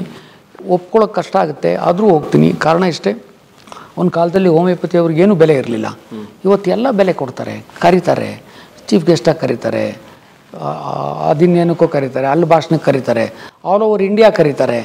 ನನಗೆ ಸಂಬಂಧ ಇಲ್ದವರೆಲ್ಲ ಕರೀತಾರೆ. ಈಗಲೂ ವಾರಕ್ಕೊಂದ್ಸರಿ ನಾನು ಈಗ ಆಯುಷ್ ಟಿವಿಲಿ ಪ್ರತಿ ಮಂಗಳವಾರ 7ರಿಂದ 8 ಲೈವ್ ಬರ್ತೀನಿ. ನನಗೆ ಕೆಲಸ ಇಲ್ಲ ಅಂತಲ್ಲ, ನಿಮ್ಮ ಹತ್ರ ನನಗೆ 4 ಗಂಟೆ ಕೊಟ್ಟಿರೋದು ಅದಕ್ಕಲ್ಲ. If you can reach people through so many medias ಮತ್ತು ಮುಟ್ಲೇಬೇಕು, ಇಲ್ಲದೇ ಇದ್ದರೆ ಅದು ಮತ್ತು ಅದು ಇನ್ನೊಂದಿದೆ, ನಾನೇ ಬೆಸ್ಟ್ ಅಂತ ಇಂಡೈರೆಕ್ಟಾಗಿ ಹೇಳ್ಕೊತಾ ಇಲ್ಲ, ಯಾರು ಅಂದ್ಕೋಬೇಡಿ. If the best can work the rest can enjoy ಅಂತ ಜೀವನದ ಗುಟ್ಟೆ ಅದು. ಏನು ಅಂದರೆ best, if the best can work, ಒಳ್ಳೆಯವರು ತಾಕತ್ತಿರೋರು ಕೆಲಸ ಮಾಡಲೇಬೇಕ್ರಿ, ದ ರೆಸ್ಟ್ ಕ್ಯಾನ್ ಎಂಜಾಯ್, ಬಾಕಿಯವರು ಮಜಾ ಮಾಡ್ಬೋದು. ಬೆಸ್ಟೇ ಯಾವಾಗಲೂ ಕೆಲಸ ಮಾಡೋದು, ಇಡೀ ಜಗತ್ತು ಮಾಡಲ್ಲ. ಎಲ್ಲಿ ಮಾಡುತ್ತೆ ನೀವು? ಬೆಸ್ಟೇ ಯಾವಾಗಲೂ ಕೆಲಸ ಮಾಡೋದು, ದ ರೆಸ್ಟ್ ಕ್ಯಾನ್ ಎಂಜಾಯ್. ಹಾಂ, ಆ ಕಾನ್ಸೆಪ್ಟ್ ನಂದು. ಯಾರನ್ನಲಿ ಯಾರು ಬಿಡಲಿ, ಇತ್ತೀಚೆಗೆ ಅದು ಒಂದು ಲೆವೆಲ್ವರೆಗೆ ಹೋಮಿಯೋಪತಿಗೆ ನೀನೇ ಬೆಲೆ ತಂದುಕೊಟ್ಟೆ. ಒಂದೊಂದು ಇಂಟ್ರ್ಯೂ ಬಂದಾಗ, ಒಂದೊಂದು ಪೇಪರಲ್ಲಿ ಬಂದಾಗ ನನ್ನದೇ ಹೋಮಿಯೋಪತಿ ಡಾಕ್ಟ್ರುಗಳು ದಿವ್ಸಕ್ಕೆ 100-150 ಫೋನ್ ಮಾಡಿ ಹೇಳೋರು, ಒಂದು ಬೆಲೆ ತಂದುಕೊಟ್ಬಿಟ್ಟೆ ಗುರು ನಮಗೆ ಅಂತ. 2 ವರ್ಷ ಆದಮೇಲೆ ಶುರು ಮಾಡಿದ್ರಲ್ಲಪ್ಪ, ಒಳ್ಳೆ ಪಬ್ಲಿಸಿಟಿ ಗುರು ಅವನಿಗೆ, ಅವನೊಬ್ಬನೇ ಮಿಂಚಕ್ಕೆ ಶುರು ಮಾಡಿಬಿಟ್ಟ ಅಂತ ನಮ್ಮವರೇ ಶುರು ಮಾಡಿಕೊಂಡ್ರು. That doesn't matter, it hardly matters to me. ಎಲ್ಲಿವರೆಗೆ ಈ ಥರ ಕರ್ವ್ ಥರ ಅಸೂಯೆ ಪಟ್ಕೊಳ್ತಾರೆ ಅಲ್ಲಿವರೆಗೆ ನಾನು ಚೆನ್ನಾಗಿರ್ತೀನಿ. ಯಾಕೆಂದ್ರೆ ಅವ್ರು ಯಾರು ನಂಗೆ ಕಾಂಪಿಟೇಷನ್ ಕೊಡೋಲ್ಲ, ಕರ್ವ್ಕೊಂಡು ಬೈಕೊಂಡು ಅಲ್ಲೇ ಕೂತಿರ್ತಾರೆ. ಅವ್ರು ಇವತ್ತು ಟ್ರೈ ಮಾಡಿದರೆ ನನ್ನ ಹತ್ರ ಮುಟ್ಬಿಡ್ಬೋದಾಗಿತ್ತು, ಅದಾಗಲ್ಲ. ಸೊ ಇದೆಲ್ಲವೂ ನನ್ನನ್ನು ನಿಂದಕರಿರಬೇಕು ಅಂತ ಹೇಳಿದ್ದು ಅದಕ್ಕೋಸ್ಕರನೇ. ಅವರೆಲ್ಲರ ದೃಷ್ಟಿಯಿಂದ ನಂದು ಟೈಟ್ ರೋಪ್ ವಾಕಿಂಗೇ ಇರುತ್ತೆ, ಫೋಕಸ್ಡ್ ಆಗಿರ್ತೀನಿ. ಜನ ವಾಚ್ ಮಾಡ್ತಾರೆ, ಎಲ್ಲಿ ತಪ್ಪು ಮಾಡ್ತಾನೆ ಅಂತ ಕಾಯ್ತಾರೆ. ಇದೆಲ್ಲವೂ ನನ್ನನ್ನು ಅಲರ್ಟಾಗಿ ಇಟ್ಕೊಳ್ಳುತ್ತೆ. ನಾನು ಆದಷ್ಟು 90% ನೇರವಂತಿಕೆನೇ ಮೇಂಟೈನ್ ಮಾಡ್ತೀನಿ. ಟ್ರಾನ್ಸ್ಪರೆನ್ಸಿನ, ಪಾರದರ್ಶಕತೆ, ನನ್ನ ಪೇಷಂಟ್ಸ್ ಜೊತೆನೂ ಅಷ್ಟೇ ಇದಿಷ್ಟನ್ನು ಮೇಂಟೈನ್ ಮಾಡ್ತೀನಿ, ಯಾವುದನ್ನು ಬಿಟ್ಟು ಆಚೆಗೆ ಹೋಗಲ್ಲ. ಹಾಗಾಗಿ ಈ ದಿನಚರಿ ಅನ್ನೋ ಪದ ನನಗೆ ಅದು ಅನ್ವಯ ಆಗೋದೇ ಇಲ್ಲ. ಶುರು ಮಾಡ್ತೀನಿ, ಎಲ್ಲಿ ಮುಗಿಯುತ್ತೋ ಎಲ್ಲಿ ಎಂಡ್ ಆಗುತ್ತೋ ಅದೇ ಕೋಣದಿಂದ ಹೋಗ್ಬಿಡೋದು ಅಷ್ಟೇ. ನಾನು ನೋಡ್ದಂಗೆ ಕೋಣ ಹೋಗ್ತಾ ಇಲ್ಲ, ನೋಡೋರಿಗೆ ಹಂಗೆ ಕಾಣಿಸುತ್ತೆ ಜೀವನ. ಸೊ ಹಾಗೆ ನಡ್ಕೊಂಡು ಹೋಗುತ್ತೆ. ರೆಗ್ಯುಲರ್ ಆಗಿ ಒಂದಷ್ಟು ಎಲ್ಲ ಕೆಲಸಗಳಿರುತ್ತೆ. ಮತ್ತು ಎನಿವೆ ನಮ್ದು ಯಾವುದೇ ಕೆಲಸಗಳಿದ್ರೂ ನಾ ಹೇಳ್ದಂಗೆ ನಮ್ಮದೆಲ್ಲ ಬೇಸಿಕ್ ಸೌಕರ್ಯಗಳೆಲ್ಲ ಮುಗಿದಿದೆ. ಹಾಗಾಗಿ ಈಗೇನಿದ್ರು ಸಾಮ್ರಾಜ್ಯ ಅಲ್ಲ, ನೀವೇ ರಾಜ್ಕುಮಾರ್ ಹೇಳಿದ್ದು ನೀವು 4ನೇ ಹಂತದಲ್ಲಿದ್ದೀರಿ ಅಂತ. ಕರೆಕ್ಟ್. ಸೌಕರ್ಯ, ಸನ್ಮಾನ, ಈಗ ಸಾಮ್ರಾಜ್ಯ. ಸೌಕರ್ಯ, ಸಹಚರ್ಯ, ಸನ್ಮಾನ, ಸಾಮ್ರಾಜ್ಯ. ಸೊ ಇದು BT ರುದ್ರೇಶ್ ಅವ್ರ ಸಾಮ್ರಾಜ್ಯ. ಇನ್ನೂ ಮುಗಿದಿಲ್ಲ. ನಾವು ಅವ್ರ ಕ್ಲಿನಿಕ್ಗೆ ಒಂದಿನ ಹೋಗೋಣ, ಅಲ್ಲೊಂದಷ್ಟು ತೊಂದರೆ ಕೊಡೋಣ. ಈ ಸಂದರ್ಶನ ನೋಡಿ ತಮಗೂ ಭಾಳ ಧನ್ಯವಾದ ಸರ್. ನಮಸ್ಕಾರ. ನಿಮ್ಮ ಸಮಯಕ್ಕೂ ಕೂಡ ಧನ್ಯವಾದ. ನಮಸ್ಕಾರ. All the best. Thank you sir. Thank you sir. ಕಲಾ ಮಾಧ್ಯಮದ ಎಲ್ಲಾ ಎಪಿಸೋಡುಗಳು ನಿಮಗೆ ಸಿಗಬೇಕು ಅಂತಂದ್ರೆ ಕಲಾ ಮಾಧ್ಯಮ ಯೂಟ್ಯೂಬ್ ಚಾನೆಲ್ನ ಸಬ್ಸ್ಕ್ರೈಬ್ ಮಾಡಿ, ಬೆಲ್ ಐಕಾನ್ನ ಕ್ಲಿಕ್ ಮಾಡಿ, ತಪ್ಪದೇ ಮಾಡಿ. ಸ್ನೇಹಿತರೆ, ಕಲಾ ಮಾಧ್ಯಮದ ಎಲ್ಲ ಸಂದರ್ಶನಗಳನ್ನು ನೀವೀಗ ಓದಬಹುದು. www.kalamadhyama.com ಈ ವೆಬ್ಸೈಟ್ಗೆ ವಿಸಿಟ್ ಮಾಡಿ ಇಂಟರ್ವ್ಯೂಗಳನ್ನು ಓದಿ. ಓದುವ ಸಂಸ್ಕೃತಿ ಹೆಚ್ಚಾಗಲಿ. ಧನ್ಯವಾದ.